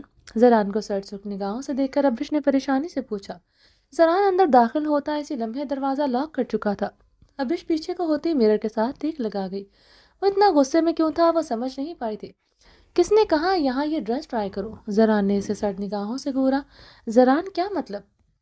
میں نے آپ سے پوچھ کر ٹرائی کیا ہے، اور یہ ٹرائل روم ہے، یہاں ڈریسز ٹرائی ہی کیے جاتے ہیں۔ ابرش نے ٹکتے ہوئے پریشانی سے وضاحت دی۔ زران کے سرد سرخ نگاہوں پر اس کے منہ پر آپ نکلا تھا۔ میں نے تمہیں کب کہا یہ ٹرائی کرو؟ زران نے غصے سے گھورا۔ آپ فون پر بات کر رہے تھے، میں نے پوچھا تھا، تم نے مجھے اشارے سے اجازت دی تھی۔ زران کو اتنے غصے میں دیکھ کر ابرش کا لہجہ شدت سے بھیگ اٹھا تھا۔ زران نے خود پر قابو پاتے اپنی ہلکی گھنی بیئرڈ مسلی۔ وہ فون پر مصروف تھا۔ ابرش کے کچھ پوچھنے پر اس نے تو ویسے ہی استبات میں سر ہلا دیا تھا، اس کی بات سنی ہی نہیں تھی۔ چینج کرنے کی کوئی ضرورت نہیں ہے، صحیح پہنے رہو، چادر اوڑو، باہر آؤ، میں ڈریس کی پیمنٹ کرتا ہوں، زران سختی سے کہتا ٹرائل روم کا دروازہ کھولتا باہر نکل گیا۔ ابرش اپنی بھیگی آنکھیں رگڑتے ہوئے چادر اچھی طرح خود پر اوڑھتے باہر آئی۔ اسے ابھی تک زران کے غصے کی وجہ سمجھ نہیں آئی تھی۔ وہ پہلی مرتبہ اسے شاپنگ پر لایا تھا اور پہلی مرتبہ وہ اس کے ساتھ یہ رویہ اپنا رہا تھا۔ وہ کاؤنٹر پر آئی تو زران اس کے لیے کچھ اور ڈریسز سلیکٹ کر کے پیمنٹ بھی کر چکا تھا۔ وہ ڈریسز پکڑتا اس کی کلائی نرمی سے تھامتا بوتیک سے باہر آیا۔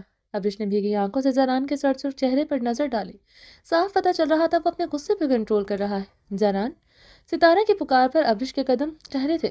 زران کے بھاری قدم بھی رکے تھے۔ وہ وائٹ کلر کی جینز پر وائٹ جرسی ٹائپ گھٹنوں تک آتے ٹاپ میں ملبوس تھی، کندھوں تک آتے سلکی کھلے بال تھے۔ وہ مسکراتے ہوئے زران کی طرف بڑھی تھی۔ زران نے ایک نظر ابرش کو دیکھا جس کی آنکھوں میں گلابی پنان ٹھہرا تھا۔ زران اپنی کنپٹی مسلتے ستارہ کی طرف بڑھا۔ کیسے ہو زران؟ ستارہ نے زران کی طرف ہاتھ بڑھایا۔ ابرش نے اپنی مٹھی بھینچ دی، منہ پھیر گئی تھی۔ میں ٹھیک ہوں، زران نے بھی جواباً ہاتھ بڑھایا۔ تم یہاں کیسے ہو؟ زران نے ستارہ سے پوچھا۔ آج رات عبدالحق کے بنگلے میں پارٹی ہے، میں بھی انوائٹڈ ہوں۔ ستارہ کی بات پر زران چونکا تھا۔ آج عبدالحق کے بنگلے پر پارٹی ہے، لیکن یہ بات مجھے نہیں پتا۔ زران نے الجھن بھری نگاہوں سے ستارہ کو دیکھ کر کہا، یہ کیسے ہو سکتا ہے زران؟ عبدالحق تمہیں انوائٹ نہ کرے؟ ستارہ نے الجھن بھرے لہجے میں پوچھا۔ ستارہ، تم آج عبدالحق کے بنگلے میں نہیں جاؤ گی، مجھے کچھ ٹھیک نہیں لگ رہا۔ کہیں عبدالحق کو ہم پر شک نہ ہو گیا ہو۔ تمہیں میرے گارڈز بحفاظت اسلام آباد پہنچا دیں گے، اور عبدالحق کا ڈراپ سین اگلے ہفتے تک نہیں بلکہ اب کل ہوگا میرے بنگلے میں۔ زران کی بات پر ستارہ خان نے استبات میں سر ہلایا۔ میں چلتا ہوں، زران نے کہتے پیچھے مڑ کر دیکھا جہاں ابرش رخ موڑے کھڑی تھی۔ زران ستارہ سے خدا حافظ کرتا ابرش کی طرف بڑھا۔ چلو، زران نے نرمی سے ابرش کا ہاتھ تھاما تھا۔ کہاں جا رہے ہیں ہم؟ ابرش نے زران کو دیکھتے پوچھا۔ حویلی چل رہے ہیں۔ تم نے ڈریسز لینے تھے، وہ لے لیے؟ زران اس کی بھیگی آنکھوں میں دیکھتے بغور بولا۔ یقیناً اب ستارہ کی وجہ سے اس کی آنکھیں بھیگ رہی تھی۔ یقیناً مجھے حویلی چھوڑ کر تمہیں اپنی کسی میٹنگ کے لیے نکلنا ہوگا، ابرش نے سزائی انداز میں پوچھا۔ ہاں، میری ایک چھوٹی سی میٹنگ ہے، میں رات کو جلدی آ جاؤں گا، زران نے سنجیدگی سے کہا۔ وہ تو آپ آ ہی جائیں گے، آپ کی میٹنگ خود چل کر اسلام آباد یہاں سے تو آ گئی ہے، ابرش بھیگے لہجے میں کہتے تیزی سے ایک جولری شاپ کی طرف بڑھی۔ زران اپنی کنپٹی مسلتے اپنے اندر اٹھتے اشتعال پر قابو پاتے ابرش کے پیچھے جولری شاپ میں داخل ہوا۔ ابرش نے اپنے سامنے رکھے مختلف گولڈ کے سیٹس دیکھ رہی تھی۔ زران نے گہرا سانس لیتے اپنی کلائی پر بندھی گھڑی پر نظر دوڑائی۔ ابرش پچھلے 1 گھنٹے سے مختلف جولری سیٹس نکلوا رہی تھی، پسند ایک بھی نہیں کیا، نہ اسے اس کی پسند کا پوچھ رہی تھی۔ وہ جانتا تھا وہ ستارہ خان کی وجہ سے ناراض ہو چکی ہے، اور وہ جان بوجھ کر اب لیٹ کر رہی تھی تاکہ وہ آج رات میٹنگ کے لیے نہ جا سکے۔ میم، آپ کو کیا چاہیے؟ ہم ویسا آپ کے پسند کا دکھا دیتے ہیں۔ سیلز مین شاید جھنجھلا گیا تھا، اس نے کاؤنٹر پورا بھر دیا تھا۔ شاپ کا ہر بھاری سیٹ اور مختلف سیٹس ابرش کے سامنے رکھے تھے۔ وہ ایک نظر دیکھتے ہی پیچھے کر لیتی۔ زران جس سیٹ پر ہاتھ رکھتا اس کی طرف تو دیکھ بھی نہیں رہی تھی۔ ابرش، ان میں سے جو پسند ہے لے لو، حویلی واپس چلنا ہے، کافی لیٹ ہو چکے ہیں۔ زران نے اس کی طرف جھکتے دانت پیسے تھے۔ میں شاپ کا سب سے مہنگا سیٹ کتنے کا ہے؟ ابرش نے سیلز مین سے پوچھا۔ جی میم، سیلز مین حیران ہوا تھا۔ ابرش، تمہیں جو پسند ہے وہ لے لو، مہنگا سستا کیوں پوچھ رہی ہو؟ زران نے ابرش کو گھورتے مدھم آواز میں کہا۔ آپ نے جتنے بھی مجھے سیٹ دکھائے ہیں یہ سارے پیک کر دیں۔ ابرش نے سیلز مین کو دیکھتے سنجیدگی سے کہا۔ جی میم۔ سیلز مین حیران ہوا تھا۔ یہ ساری جولری تقریباً 15 کروڑ کی تھی۔ زران گہرا سانس لیتا سیدھا ہوا تھا۔ ٹھیک ہے، یہ سب پیک کر دو۔ زران نے اپنا کریڈٹ کارڈ سیلز مین کی طرف بڑھایا۔ ابرش زران کو دیکھتے بھیگی نگاہوں سے رخ پھیر گئی تھی۔ زران کمرے میں داخل ہوا تو تمام جولری سیٹ کپڑے زمین پر پڑے تھے۔ وہ کمرے میں نہیں تھی۔ زران نے لب بھینچے جولری سیٹ اٹھاتے ہوئے بیڈ پر رکھے تھے۔ ایک جھٹکے سے وہ اس کا بینک بیلنس آدھا کر کے بھی خوش نہیں تھی۔ زران نے غصے سے واش روم کے بند دروازے کو گھورتے اپنا کوٹ اتار کر زمین پر دے مارا۔ وہ بری طرح جھنجھلا کر رہ گیا تھا۔ اسے سمجھ نہیں آ رہا تھا ابرش کو کیسے ہینڈل کرے۔ اگر وہ اسے ستارہ خان کی سچائی بتاتا تو کیا وہ سمجھتی؟ ہزاروں مرتبہ پلوشا کے بارے میں صفائیاں دینے کے باوجود بھی سمجھی نہیں تھی۔ اسے ذرا بھی خبر ہو گئی کہ وہ ستارہ خان سے تنہائی میں بنگلے میں ملتا رہا ہے۔ وہ اس کے اور ستارہ خان کے بارے میں میڈیا میں مختلف خبریں بھی گردش کر رہی ہیں۔ وہ دونوں ریلیشن میں ہے کیا وہ اس پر یقین کرے گی؟ وہ سمجھ پائے گی یہ سب کچھ؟ الٹا وہ اس کے ساری سچائی اس کے منہ پر مار کر وہی سوچے گی جو وہ سوچنا چاہتی ہے۔ اف! زران صوفے پر بیٹھے اپنے گھنے بالوں میں انگلیاں پھیرتے عبدالحق کچھ تو ایسا کر رہا تھا جو وہ سمجھ نہیں پا رہا تھا۔ زران پریشانی سے اپنے گھنے بالوں میں انگلیاں پھنسائے ہوئے تھا۔ عبدالحق بہت خطرناک آدمی تھا، بہرزاد سے بھی کئی گنا۔ یقیناً وہ اسے اور اس کی اور ستارہ کی جان کو خطرہ بھی تھا۔ ستارہ خان کو سوات بلوانے کا مقصد بھی سمجھ نہیں پا رہا تھا۔ اب وہ خود اسلام آباد کیسے جائے گا؟ یقیناً عبدالحق نے اس پر نظر رکھی ہوئی ہے۔ اس سے پہلے عبدالحق کچھ کرے اسے اپنا داؤ پیچ کھیلنا ہی تھا۔ وہ بری طرح پھنس گیا تھا۔ وہ اب کسی صورت پیچھے نہیں ہٹ سکتا تھا۔ اگر وہ پیچھے ہٹ جاتا تو عبدالحق اس کی جان لے کر ہی چھوڑتا۔ اوف! یہ سب کیسے ہوگا؟ زران نے جھنجھلاتے ہوئے مکہ ٹیبل پر مارا تھا۔ اسی لمحے ابرش واش روم سے بات گاؤن میں بھیگی زلفوں کے ساتھ باہر آئی تھی۔ زران کی نظریں بے اختیار اس پر اٹھی تھی۔ ابرش کا چہرہ سرخ ہو رہا تھا، آنکھوں کی رنگت میں گلابیاں کھلی ہوئی تھی۔ یقیناً وہ باتھ روم میں شاور لیتے ہوئے روتی رہی تھی۔ زران نے بری طرح جبڑے بھیجتے سر نفی میں ہلاتے اپنی پچھلی گردن رکھی تھی۔ وہ باہر کے مسائل کو سلجھائے یا اپنی بیوی کی انسیکیورٹیز دور کرے جو دور ہونے کا نام ہی نہیں لیتی تھی۔ 15 کروڑ یا کیا وہ باہر کی عورت پر خرچ کر سکتا تھا؟ وہ اپنی اہمیت کیوں نہیں سمجھ پا رہی تھی؟ وہ اس پر 15 کروڑ ہی نہیں 1500 کروڑ بھی بلا تعمل خرچ کر سکتا تھا۔ زران نے اس پر بے باک گہری نگاہ ڈالی۔ گھٹنوں سے اوپر شارٹ باتھ روب میں وہ اس کا دل جگر گردہ سب کچھ نکال چکی تھی۔ دل تو اچھل کر حلق میں ہی اٹک گیا تھا۔ وہ شاور لے کر اپنا غصہ اتارتی تھی مگر شارٹ گاؤن پہن کر اس کا خون جلا کر اس کی اندر آگ بھی بھڑکاتی تھی۔ زرانی سے گہرے استحاق بھری نگاہوں سے دیکھتے صوفے سے اٹھتا ابرش کے مقابل آیا تھا۔ ابرش ستارہ خان جسٹ میری پارٹی کی ممبر ہے، تمہیں بتا چکا ہوں سب کچھ، پھر یہ رونا دھونا کیوں؟ زران نے ابرش کے سرخ سفید چہرے کو دیکھتے سنجیدگی سے استفسار کیا۔ یہ رونا اس لیے کیونکہ پاکستان کا مسٹر زران خانزادہ اپنی بیوی کو سر سے پاؤں تک چادر میں چھپا کر رکھتا ہے۔ ٹرائل روم میں بیوی کے کپڑے ٹرائی کرنے پر وہ غصے سے پاگل ہو جاتا ہے، یہاں تک کہ اپنی بیوی کو بتانا بھی ضروری نہیں سمجھتا کہ وہ یوں اچانک غصے سے پاگل کیوں ہو گیا ہے۔ وہیں مسٹر خانزادہ سرعام اپنی پارٹی کی ممبر سے فخریہ ہاتھ ملاتا ہے اور اپنی بیوی سے ایکسپیکٹ کرتا ہے کہ وہ اس بات پر ریئیکٹ بھی نہ کرے۔ ابرش نے جواباً بھیگی آنکھوں سے استضائی انداز میں سوال کیا۔ اس نے اچھا خاصا ریئیکٹ کیا ہے، یہ ایک لمحے میں شوہر کا دیوالا نکال کر رکھ دیا ہے، اور کیسے ریئیکٹ کرے یہ معصوم بیوی، اور کیسے وضاحت دے اپنی محبت یہ معصوم شوہر۔ زران اسے کمر سے تھامے اپنے قریب کر گیا تھا۔ کاش تم سمجھ سکتے مجھے تم سے کیا چاہیے۔ ابرش نے زران کو زخمی نگاہوں سے دیکھا تھا۔ کیا چاہیے تمہیں مجھے اچھی طرح پتا ہے۔ زران اس کی گردن میں منہ چھپاتے ابرش کے گیلے بدن کی مہک اپنے اندر اتارتے گمبھیرتا لہجے میں بول رہا تھا۔ مسٹر خانزادہ تم وہاں رومانٹک ہو جاتے ہو جہاں ہونا نہیں چاہیے، جہاں نہیں ہونا چاہیے وہاں رومانٹک ہو جاتے ہو۔ تم نہ جانے انجان کیوں بن جاتے ہو میری فیلنگ سے؟ مجھے تم سے جو چاہیے وہ کیوں نہیں دیتے؟ ابرش زران کی بات پر زخمی سا ہنستے اس کی شرٹ مٹھیوں سے جکڑ گئی تھی۔ تم خود ہی بتا دو مسز خانزادہ تمہیں کیا چاہیے، اور وہ دنیا کے کس کونے سے ملتا ہے خرید کر تمہارے قدموں میں ڈھیر کر دوں۔ ابرش کی بھیگی آنکھیں دیکھتے غصے سے زران کا لہجہ تنزیہ ہوا تھا۔ ابرش زران کے طنز پر زخمی سا مسکراتی ہوئی اس سے علیحدہ ہوئی۔ زران اسے کمر سے تھامے پھر سے اپنے قریب کر گیا تھا۔ میرا انتظار کرنا جانے من، ڈریسنگ روم میں تمہارے لیے کچھ اسپیشل رکھا ہے، میں چاہتا ہوں میرے آنے پر تم وہ مجھے پہن کر ملو، تمہیں سر سے پیر تک چوم کر تمہارے سارے گلے شکوے دور کر دوں گا۔ زران اسے کمر سے جکڑے قریب کرتے بولا، ایسے ہوتے ہیں گلے شکوے دور؟ ابرش نے بھیگے لہجے میں مسکراتے ہوئے پوچھا، میرے نزدیک تو ایسے ہی ہوتے ہیں۔ تم میرے قریب ذرا سا آ جاؤ، میرے اندر تمہارے لیے موجود ہر کڑواہٹ مٹھاس میں بدل جاتی ہے۔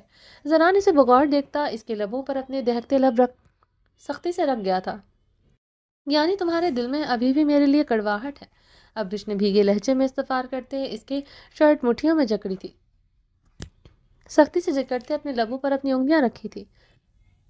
ہوتی تو تمہیں امریکہ سے اپنے پاس واپس نہ لاتا، یہی تو اس پاک بندھن کی خوبصورتی ہے، جسموں کے ملاپ سے دلوں کی کڑواہٹ تک ختم ہو جاتی ہے۔ زران اس کی انگلیاں اپنے ہونٹوں سے ہٹاتا اس کی گردن میں اپنی گھنی بیئرڈ سختی سے رب کی تھی۔ ابرش اس کی بھرتے ہوئے اس سے دور ہوئی تھی۔ میری خوبصورت بیوی مت جلایا کرو اپنا خون، میں صرف تمہارا ہوں، مرتے دم تک تمہارا رہوں گا۔ زران اسے اپنے قریب کرتے اس کی بھیگی پلکوں کو نرمی سے چوم گیا تھا۔ مرنے کے بعد بھی صرف میری رہو گے تو 70 حوروں کو بھی تمہارے پاس نہیں آنے دوں گی، یاد رکھنا تم ابرش اس کی شرٹ پکڑے اسے اپنے قریب کر گئی تھی۔ زران کے لب ابرش کے گلابی لبوں سے جا ٹکرائے تھے، دونوں کی آنکھیں ایک دوسرے کی آنکھوں میں گڑی تھی۔ زران نے اس کی کمر پر ہاتھ کا دباؤ بڑھایا تھا۔ اتنا ظلم مسز خانزادہ، یہاں بھی ایک وہاں بھی ایک، کم سے کم 70 نہیں 4 کو ہی میرے قریب آنے دے دینا۔ زران نے اسے گہری نگاہوں سے دیکھتے شرارتی انداز میں کہا۔ جانتا تھا اس کی ایموشنل پھول بیوی کا ایکشن کیا ہوگا۔ ایک عورت کی قربت تمہارے لیے ظلم ہے کیا؟ 4 عورتوں میں ایسا کیا ہوگا جو میرے پاس نہیں ہے؟ ایسا بھی کیا وہ تمہیں دے سکتی ہیں جو میں نہیں دے سکتی؟ ابرش کی آنکھوں کے گلابی پن نے شدت اختیار کی تھی۔ اف میری پوزیسو بیوی، یہ مسٹر خانزادہ جائے تو آخر کہاں جائے؟ زران نے ٹھنڈی آہ بھری تھی۔ میری پوزیسونیس تو دکھائی دیتی ہے تمہیں، میری شدید محبت دکھائی نہیں دیتی تمہیں؟ ابرش نے شبنمی لہجے میں سوال کرتے شکوہ کی نگاہوں سے زران کو دیکھا۔ تمہاری شدید محبت میں آج رات بیڈ پر دیکھ لوں گا۔ آج رات میں اپنی وائف کی طرف سے وائلڈ رومانس چاہیے، جس طرح کا وائلڈ عشق کرتی ہے مجھ سے، اسی طرح کا رومانس ساری رات میں سو نہ سکوں۔ زران اس کے عارض پر شدت سے دانت گاڑ گیا تھا۔ ابرش نے سسکی بھرتے عارض پر ہاتھ رکھا جہاں وہ پل میں نشان چھوڑ گیا تھا۔ زران مسکراتے ہوئے اسے اپنی باہوں سے آزاد کرتے ڈریسنگ روم کی طرف بڑھا۔ زران، تمہاری میٹنگ ستارہ خان کے ساتھ ہے کیا؟ ابرش کے سوال پر اس کے قدم رکے تھے۔ زران نے اس کے سوال پر گہرا سانس لیا تھا۔ نہیں۔ زران ایک لفظی جواب دیتا ڈریسنگ روم کی طرف بڑھ گیا تھا۔ ابرش نے اپنی بھیگی آنکھیں رگڑتے گہرے سانس لیتے اپنے لرزتے وجود پر قابو پایا تھا۔ ڈریسنگ ٹیبل پر رکھے وہ زران کے فون کی طرف متوجہ ہوئی تھی جو وائبریٹ ہوا تھا۔ اس نے بے یقینی سے موبائل پکڑ کر دیکھا جہاں ستارہ خان کے میسیجز کی نوٹیفیکیشن تھی۔ ویٹنگ۔ میسیج پڑھتے ہی ابرش کے بدن کی لرزاہٹ میں اضافہ ہوا تھا۔ موبائل ڈریسنگ ٹیبل پر رکھتے جلدی سے واش روم کی طرف بڑھتے، شاور آن کرتے شاور کے نیچے کھڑی ہوئی تھی۔ بہاریں نیوی بلو کلر کی خوبصورت سی پٹھانی فراک میں ملبوس تھی جس پر خوبصورت سی مرینا گرم بلو شال سر پر اچھی طرح اوڑھی ہوئی تھی۔ لمبے چاکلیٹی سلکی بال شال سے نیچے اپنی جھلک دکھا رہے تھے۔ ہونٹوں پر گلابی شائننگ لپ گلوس لگائے ہوئے تھی، آنکھوں میں گہرا کاجل لگائے ہوئے تھی، پلکوں پر مسکارے کا کوٹ کیا ہوا تھا۔ وہ بے تحاشا خوبصورت لگ رہی تھی۔ ہاسپٹل کے احاطے میں داخل ہوتے ہی اس نے اپنے گرد اوڑھی ہوئی بلیک چادر اتار دی تھی۔ اسے آج صبح ہی خبر مل گئی تھی کہ اسے شہرام آج صبح آسٹریلیا سے واپس آ گیا تھا، مگر وہ حویلی نہیں پہلے ہاسپٹل آیا تھا۔ جب سے اسے پتہ چلا تھا وہ کانٹوں پر لوٹ رہی تھی۔ وہ آسٹریلیا سے واپس آتے حویلی کیوں نہیں آیا؟ پہلے ہاسپٹل کیوں آیا؟ اسے سب سے پہلے اپنے بیٹے بہرام سے ملنا چاہیے تھا۔ بہرام اسے امپورٹنٹ تو ہے، اسے اس دنیا میں کوئی نہیں ہونا چاہیے تھا، لیکن وہ ہاسپٹل چلا آیا کیوں؟ اس دن دونوں میں اس نے بہرام کو دیکھنے کے لیے ایک ویڈیو کال بھی نہیں کی۔ اس نے ان 10 دنوں میں ہر لمحہ اس کی ویڈیو کال کا انتظار کیا تھا جس میں وہ تڑپتے ہوئے اپنے بیٹے کو دیکھنے کی خواہش کرتا تھا۔ بیوی تو دوسری مل سکتی ہے، اس کا نیم البدل ہو سکتا ہے، مگر اپنے پہلے بیٹے سے بڑھ کر کچھ اور اہم کیسے ہو سکتا ہے شہرام خان کے لیے؟ اس سوال نے اس کے اندر کی گھٹن و اضطراب میں اضافہ کیا تھا۔ دل میں جلتے کوئلوں کو شہرام کی بے اتنائی پھر سے ایک بار ہوا دے گئی تھی۔ وہ اتنا جل چکی تھی کہ اس کا وجود سیاہ ہو چکا تھا۔ اس کے جلے ہوئے سیاہ وجود سے بھی چنگاریاں اٹھی تھی، اسے ہر لمحہ راکھ کا ڈھیر کرتے ان میں آگ بھڑکا دیتی تھی۔ دہکتی آگ اور خود کے اندر کتنا برداشت کرتی۔ وہ اس کا انتظار کیے بغیر ہاسپٹل چلی آئی تھی۔ بہاریں تیز تیز قدم اٹھاتی کوریڈور سے ہوتی اسٹاف روم میں داخل ہوئی تھی۔ اسٹاف روم میں بیٹھی بہت سی ڈاکٹر بہارے کو دیکھ کر کھڑی ہوتی ہیں۔ Welcome doctor Bahare. Doctor Maham نے مسکراتے ہوئے بہارے سے ہاتھ ملایا۔ Thank you doctor Maham. بہاریں مسکراتی ڈاکٹر بہارے، آپ تو پہلے سے زیادہ خوبصورت ہو گئی ہیں۔ ماں بننا سچ میں ایک بہت خوبصورت احساس ہوتا ہے۔ ڈاکٹر انائزہ بہارے کو دیکھتے ہوئے رشک سے بولی، آپ ٹھیک کہہ رہی ہیں، میں ماں بننے سے زیادہ خوبصورت احساس کوئی نہیں ہوتا، مگر افسوس یہ خوبصورت احساس کوئی محسوس کرتا ہے۔ ماں بننے کے بعد خوبصورت لمحات ہر کسی کے نصیب میں نہیں ہوتے۔ بہاریں زخمی لہجے میں بولتی مسکرائی تھی۔ بہارے کی بات پر ڈاکٹر انائزہ اور ڈاکٹر ماہم نے ایک دوسرے کی طرف الجھن بھری نگاہوں سے دیکھا تھا۔ اسی لمحے شہرام دروازہ نوک کرتے اندر داخل ہوا تھا۔ بہارے کو یہاں دیکھ کر بری طرح چونکا تھا۔ دونوں کی نگاہیں ملی تھی۔ بہارے اسے دیکھتے اسی لمحے نگاہیں پھیر کر رہ گئی تھی۔ اس ستمگر کو دیکھنا ہی نہیں تھا۔ شہرام اس پر سے نظریں ہٹانا بھول گیا تھا۔ پورے 10 دن بعد اسے دیکھ رہا تھا۔ وہ جس حال میں اسے چھوڑ کر گیا تھا وہ وہی والی بہاریں بالکل نہیں لگ رہی تھی۔ پہلے سے کہیں زیادہ خوبصورت، رخصتی سے پہلے والی بہاریں لگ رہی تھی، اس سے بھی کئی گنا زیادہ خوبصورت۔ شہرام نے گہری نگاہوں سے اس کا جائزہ لیا۔ شہرام کو اپنے دل میں بہارے کے لیے وہی جذبات پھوٹتے محسوس ہوئے تھے جو رخصتی کے پہلے تھے، ویسی ہی دیوانگی محسوس کر رہا تھا۔ ایسے لگ رہا تھا جیسے اس نے کبھی بہارے کو چھوا ہی نہیں، ویسے ہی وہ اسے دیکھتے تڑپ اٹھا تھا، آج بھی تڑپ اٹھا تھا۔ یہ 10 دن تو اس کے لیے بھی صدیوں کے برابر تھے۔ بہرام اور اپنی بہارے کے بغیر اس نے کیسے گزارے تھے وہ وہی جانتا تھا۔ بہرام تو اتنی شدت سے یاد آتا تھا کہ وہ اسے ویڈیو کال میں دیکھنے کی ہمت نہیں کر سکا تھا۔ شہرام کو یوں دیوانوں کی طرح دیکھنے پر ڈاکٹر انیزہ اور ڈاکٹر ماہم کے لبوں سے پر زو معنی مسکراہٹ بکھری تھی۔ اپنی بیوی پر کسی کو یوں فلیٹ ہوتے کسی کو پہلی بار دیکھا تھا۔ شہرام پاگلوں کی طرح اسے دیکھے جا رہا تھا۔ بہارے سر سپاٹ چہرے کے ساتھ نگاہیں پھیرے بے رخی سے کھڑی تھی، شال پھسلتی کندھوں پر آئی تھی۔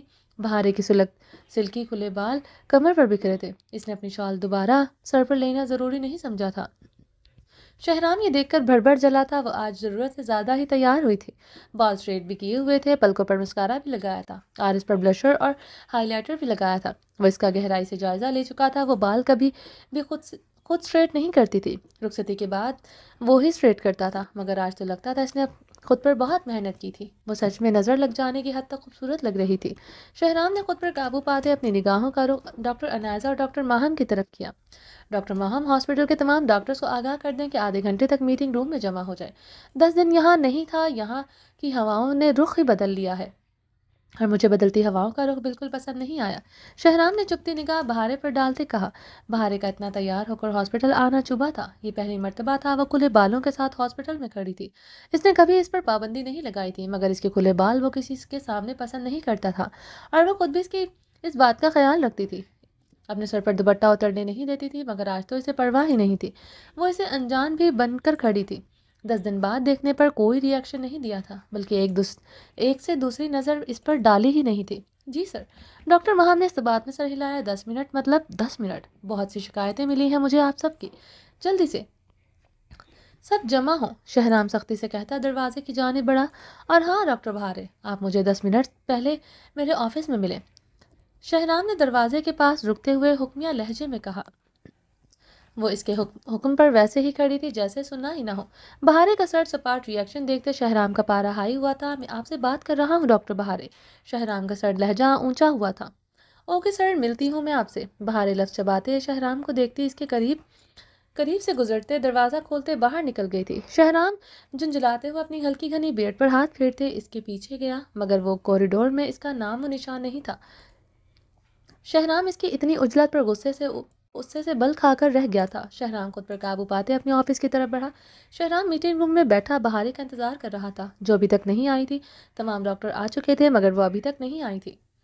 وہ پچھلے 10 منٹ سے اپنی ہلکی گھنی بیئرڈ پر ہاتھ پھیرتے بہارے کا انتظار کر رہا تھا۔ Doctor Aizal, doctor Shamroz, doctor Marwa, doctor Daniyal, doctor Anaiza, doctor Maham, doctor Sabeen, doctor Mustafa, اس وقت جو بھی ڈاکٹر ڈیوٹی پر موجود تھے سبھی میٹنگ روم میں موجود تھے، سوائے بہارے کے۔ وہ آفس میں بھی اسے ملنے نہیں آئی تھی۔ تمام ڈاکٹرز ایک دوسرے کو دیکھتے شہرام کے سر سپاٹ چہرے کو دیکھ رہے تھے۔ اسی اثنا میں بہارے میٹنگ روم کا دروازہ کھول کر اندر داخل ہوئی تھی۔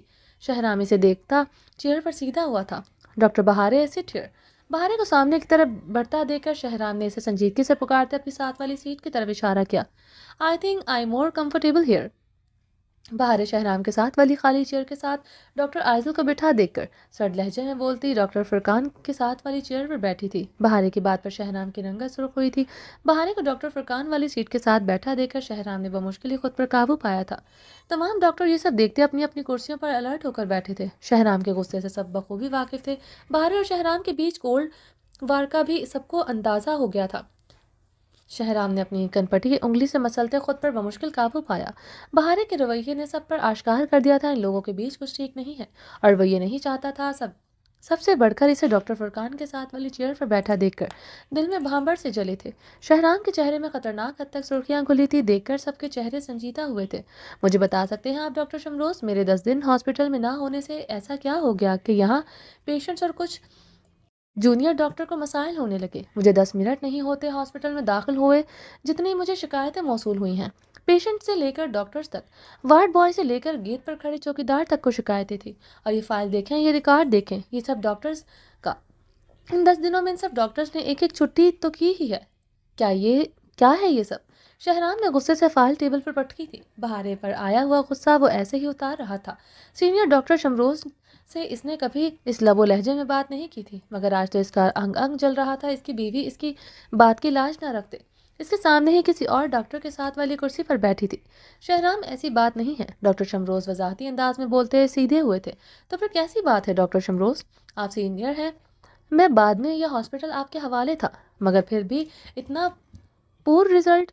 آئی am very disappointed. Shahram لفظ چباتے ہوئے بولا. سرد شعلہ بار نگاہیں بہارے پر گڑی. شہرام کے انداز پر ڈاکٹر شمروز لب پیچھے خاموش ہو گئے تھے. لیکن سر اس میں ڈاکٹر شمروز کا کوئی قصور نہیں ہے. یہاں کے لوگ آپ پر اعتماد کرتے ہیں. ہم سب ڈاکٹرز کی کاسٹ، زبان، سب کچھ یہاں کے لوگوں سے الگ ہے. اور جہاں تک چھٹی کرنے کی بات ہے، سب کسی ڈاکٹر سے چھٹی کی ہے تو ڈاکٹر شمروز نے اس دن کی ڈبل ڈیوٹی دی ہے. ڈاکٹر فرقان نے چیئر پر سیدھے سنجیدگی سے وضاحت دی.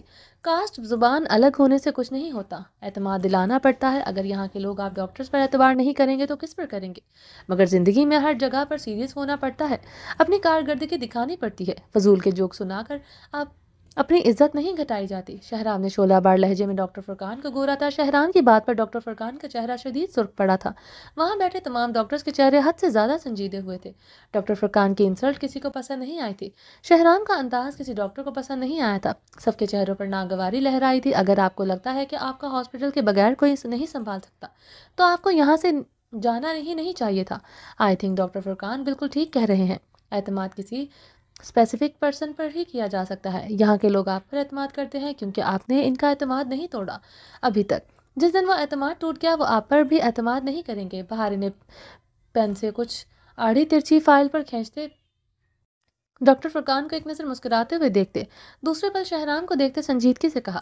بہارے کی بات پر شہرام کی رنگت میں خطرناک حد تک سرخیاں گھلی تھی. اس کے لبوں سے ڈاکٹر فرقان کا نام اس کے اندر شعلے دہکاچ گیا تھا. وہ اس کی بیوی ہوتے سب ڈاکٹرز کے سامنے اس کے مخالف جا رہی تھی، اور بہارے کا ڈاکٹر فرقان کو مسکرا کر دیکھنا تو اسے ایسے آگ لگا گیا تھا کہ پاؤں کے تلووں کی تپش نکلتی دماغ تک پہنچی تھی. میٹنگ روم میں جیسے سب کو سانپ سونگھ گیا تھا. موت کا سناٹا سا چھایا تھا. سب ایک دوسرے کو دیکھ رہے تھے. شہرام بہارے ایک دوسرے کی نگاہوں میں نگاہیں گاڑے ہوئے تھے. شہرام کی آنکھیں خطرناک حد تک سرخ ہوئی تھیں. بہارے کی آنکھوں میں سزائیہ پن تھا. ڈاکٹر شمروز، اس ہاسپٹل کو اب آپ نے دیکھنا ہے. میرے اب پاکستان اور ابروڈ کے چکرز لگتے رہیں گے. پاکستان اور یہاں کے لوگوں سے میرا دل اچاٹ ہو گیا ہے. شہرام بہارے کو سرد نگاہوں سے دیکھتے چیئر سے اٹھتا تیزی سے وہاں سے واک آؤٹ کر گیا تھا.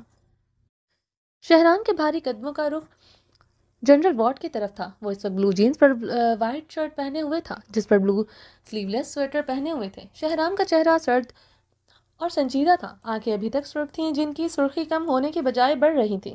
وہ بمشکل اپنے اوپر قابو پائے ہوئے تھا. جب سے ہاسپٹل آیا تھا اسے شکایتیں موصول ہو رہی تھیں، اس لیے اس نے پورے ہاسپٹل کا راؤنڈ لیا تھا. بچوں کے جنرل وارڈ میں داخل ہوتے اس کے بھاری قدم دروازے کے پاس رکے تھے. سفید رنگت میں سرخیاں سی گھلی تھی. وہ سختی سے جبڑے بھینچ گیا تھا.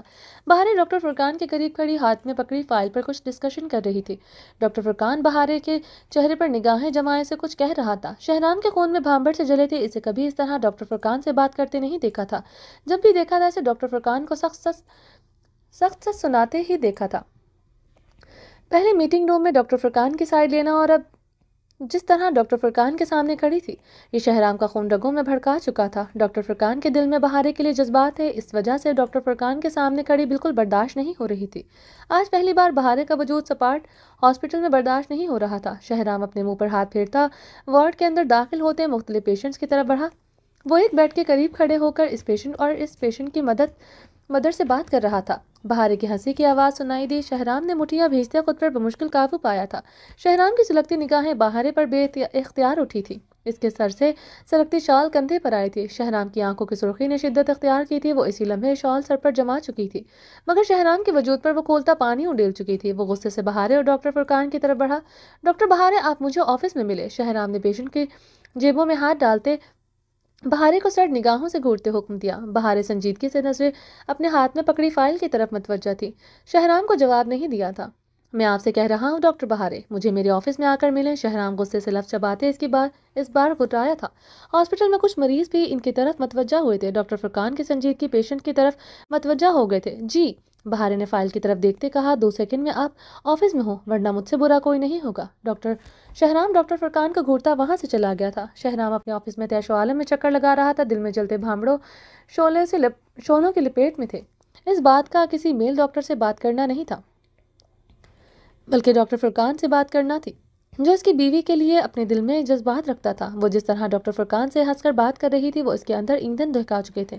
اس کی شال بار بار سر سے سرک رہی تھی۔ یہ کیسے ممکن تھا اس کی شال یوں سر سے سرک جائے؟ وہ اپنی چادر کا بے حد خیال رکھتی تھی۔ سر سے چادر سرکنے کا مطلب تھا جیسے اس نے جان بوجھ کر سرکائی ہو۔ کیسے کر سکتی ہو ایسا؟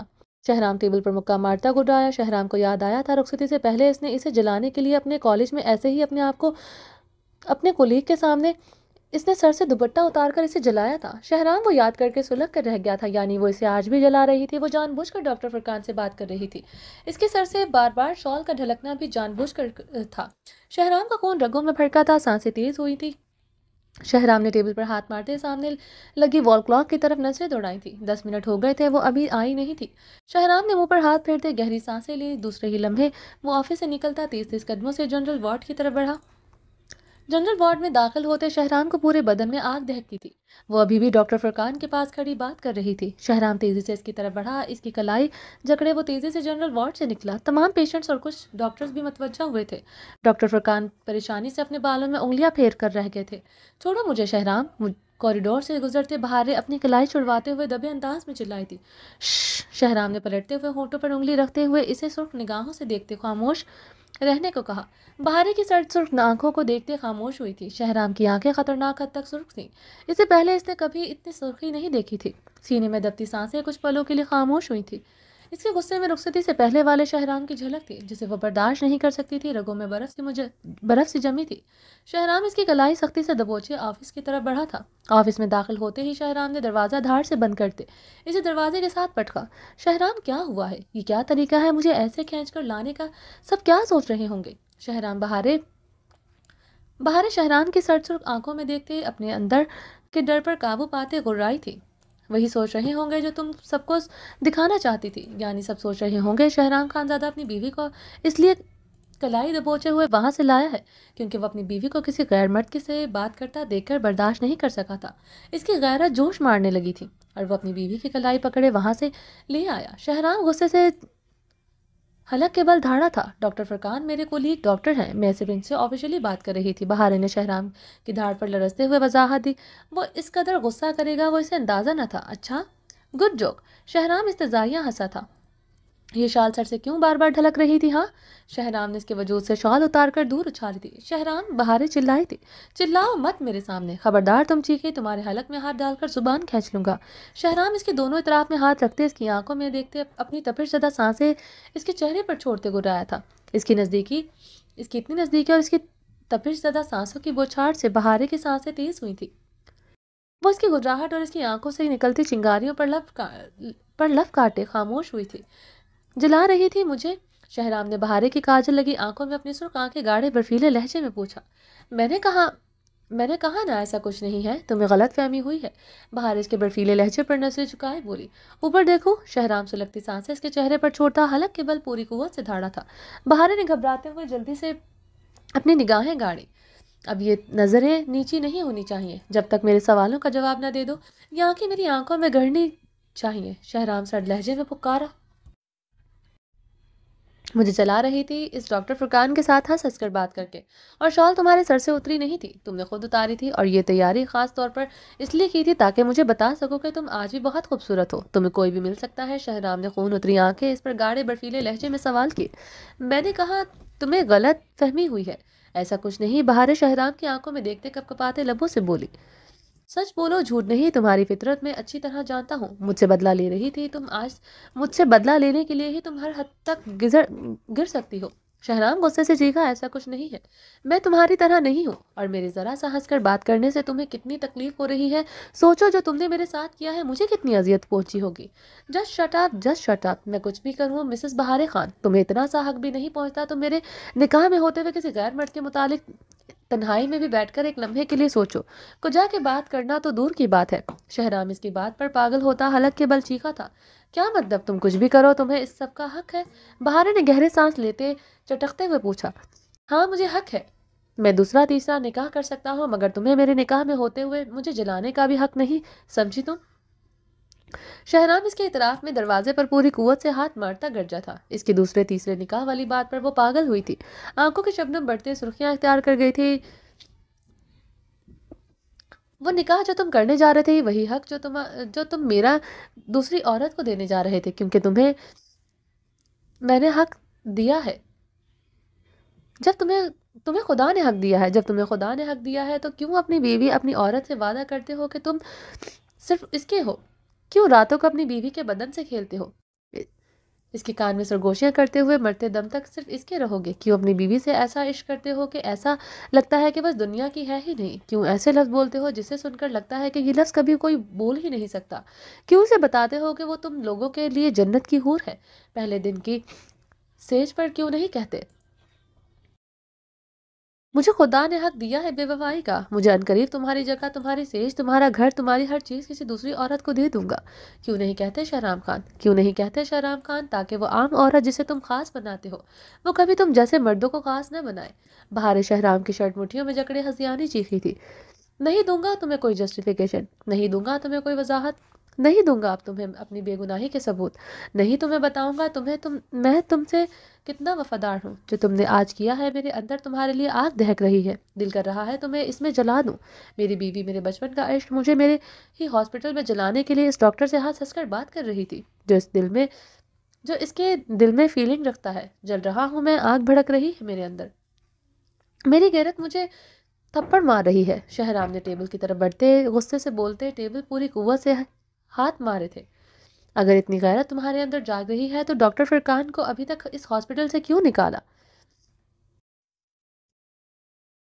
کیونکہ مجھے اپنی بیوی پر یقین تھا، وہ مر سکتی ہے، کبھی ایسی حرکت نہیں کر سکتی۔ شہرام ٹیبل پر پڑا پیپر ویٹ دیوار پر مارتا گھرایا۔ بہار نے اپنے لرزتے لب بدن پر بمشکل قابو پایا تھا۔ یہ شہرام خان تو رخصتی سے پہلے والے شہرام سے بھی زیادہ خطرناک تھا، لیکن اب ڈاکٹر فرقان ہاسپٹل میں رہے گا اور نہ تم۔ شہرام سرد لہجے میں کہتے، اس کے سرخ آنکھوں سے دیکھتے لفظ چباتے بولا، مطلب یہ کہ ڈاکٹر فرقان نے تم سے کبھی اپنی فیلنگ کا اظہار کیا ہے؟ شہرام نے ٹیبل پر دونوں ہاتھ مارتے ہوئے بہارے کو سرد آنکھوں سے گھورتے سرد لہجے میں استفاد کیا۔ نہیں، مجھے نہیں پتا، یہ مجھے تم سے آج پتا چلا کہ ایسا کچھ ہے۔ بہارے ٹوٹے لفظوں سے بمشکل بولی۔ شہرام اس کے لرزتے لبوں سے ٹوٹے لفظ سننے جلے دل کے ساتھ استزائیہ انداز میں ہنسا تھا۔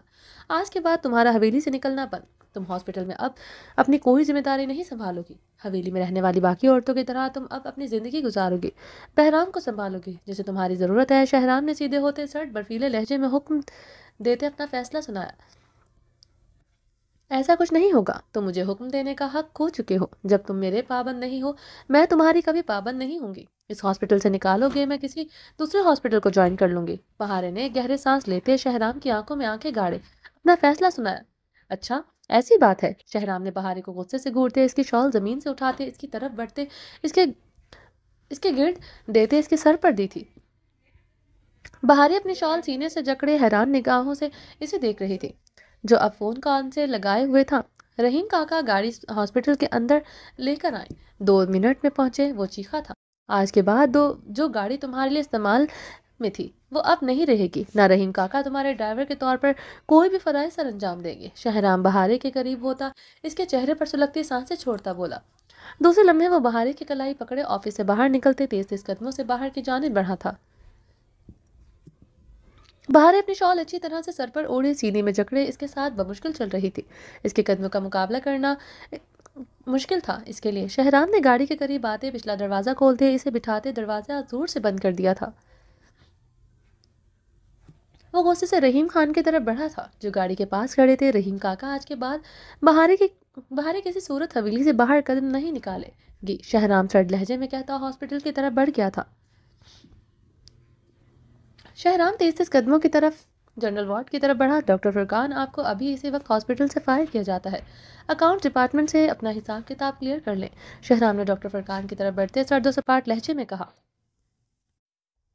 شہرام نے ڈاکٹر فرقان کی طرف بڑھتے سرد و سپاٹ لہجے میں کہا۔ اوکے سر، جیسے آپ کہیں، ڈاکٹر فرقان نے سنجیدگی سے کہتا وہاں سے چلا گیا تھا۔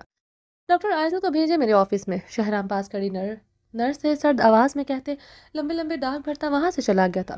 شہرام اپنی آستین کونے تک فولڈ کیے اپنے آفس میں تیش و عالم میں چکر لگا رہا تھا۔ ٹیبل پر لیپ ٹاپ پڑا اسے جھنجھلاتے ہوئے زمین پر دے مارا تھا۔ دماغ آتش فشاں مادے کی طرح پھٹ رہا تھا، وہ غصے سے پاگل ہو رہا تھا۔ شہرام نے جبڑے بھینچتے ٹیبل پر دونوں ہاتھ مارتے ہوئے جھکتے ہوئے گہرے سانس لے رہا تھا۔ آئزل دروازہ نوک کرتے اندر داخل ہوئی۔ شہرام خان کی پوزیشن میں کوئی فرق نہیں آیا تھا، وہ ویسے ہی ٹیبل پر دونوں ہاتھ رکھے تھوڑا جھکے گہرے سانس لیتے سامنے کسی غیر مرئی نقطے کو گھور رہا تھا۔ شہرام، تم نے مجھے بلایا؟ آئزل نے اسے دیکھتے ہوئے پوچھا۔ شہرام ابھی بھی گہرے سانس لیتا سامنے دیکھ رہا تھا۔ Shahram, is it okay? Aizal نے اس کے قریب جاتے اس کی کلائی کو ہاتھ کو چھوتے پوچھا۔ شہرام نے اپنی کلائی پر آئزل کا ٹہرا ہاتھ لب بھینچے دیکھتے آہستگی سے اس کے حصار سے چھڑوایا۔ کیا ہوا ہے؟ آئزل نے شہرام کی سرخ آنکھوں میں دیکھتے پوچھا۔ تم ابھی تک یہاں پر کیوں ہو؟ شہرام نے آئزل کی طرف دیکھتے سر سپاٹ لہجے میں استفسار کیا۔ آئزل اس کی بات اور انداز پر گڑبڑائی تھی۔ کیا مطلب ہے؟ کیا کہنا چاہتے ہو؟ کھل کر کہو۔ آئزل نے لب کاٹتے شہرام کی آنکھوں میں دیکھا تھا۔ مطلب صاف ہے آئزل، تم اب تک یہاں پر کیوں ہو؟ کیا چیز تمہیں یہاں روکے ہوئے ہے؟ اب یہ مت کہنا تمہیں ان پہاڑوں اور یہاں کے رہنے والوں سے بہت محبت ہے، تم انہیں چھوڑ کر نہیں جانا چاہتی؟ شہرام نے آئزل کی آنکھوں میں دیکھتے سرد برفیلے لہجے میں کہا۔ محبت پہاڑوں میں رہنے والوں سے نہیں، صرف ایک ہی انسان سے ہے۔ آئزل کی آواز بھیگی تھی۔ شہرام گہرے سانس لیتا اپنے منہ پر ہاتھ پھیر کر رہ گیا تھا۔ لیکن اس پہاڑ میں رہنے والے انسان کو آپ سے محبت نہیں ہے، ہمدردی تھی، اب وہ بھی ختم ہو چکی ہے۔ شہرام سرد برفیلے لہجے میں بولتے اس سے 2 قدم دور ہوا تھا۔ میری محبت کی اتنی ویلیو بھی نہیں تمہارے نزدیک کہ تم مجھ پر ترس کھا سکو؟ آئزل کی بھیگی آواز پر شہرام استزاحیہ ہنسا تھا۔ تم پر ترس کھانا مجھ سے میرا سب کچھ، بہت کچھ چھین چکا ہے آئزل، تمہیں سمجھ کیوں نہیں آتا؟ کس طرح بتاؤں تمہیں میں تم سے کبھی محبت نہیں کر سکتا؟ مت گراؤ خود کو میری نظروں میں، اٹھ نہ سکو۔ شہرام حلق کے بل چیخا تھا۔ آئزل کی آنکھوں سے شبنم گرتی آرس پر بہی تھی۔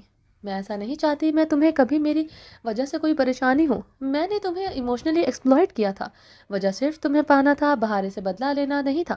جانتا ہوں، ہر بات جانتا ہوں، اس رات تمہارا گردن پر چھری رکھے کھڑا ہونا مجھے ایموشنلی ایکسپلائٹ کرنا تھا، تمہارا مقصد مجھے پانا تھا، مگر میں اس رات تم پر ترس کھایا تھا، تم بھی یہ جانتی ہو۔ شہرام بھڑکا تھا۔ آئزل کی بات پر کچھ پل خاموش ہوئی تھی، کمرے میں گہری خاموشی چھائی تھی۔ آئزل، سمجھنے کی کوشش کرو، میرے لیے تم وہ لڑکی تھی جسے میری بیوی نے سب کے سامنے بے عزت کیا تھا، جس نے اپنا باپ کھو دیا تھا، جس کی کچھ دیر پہلے عزت لٹتے لٹتے بچی تھی۔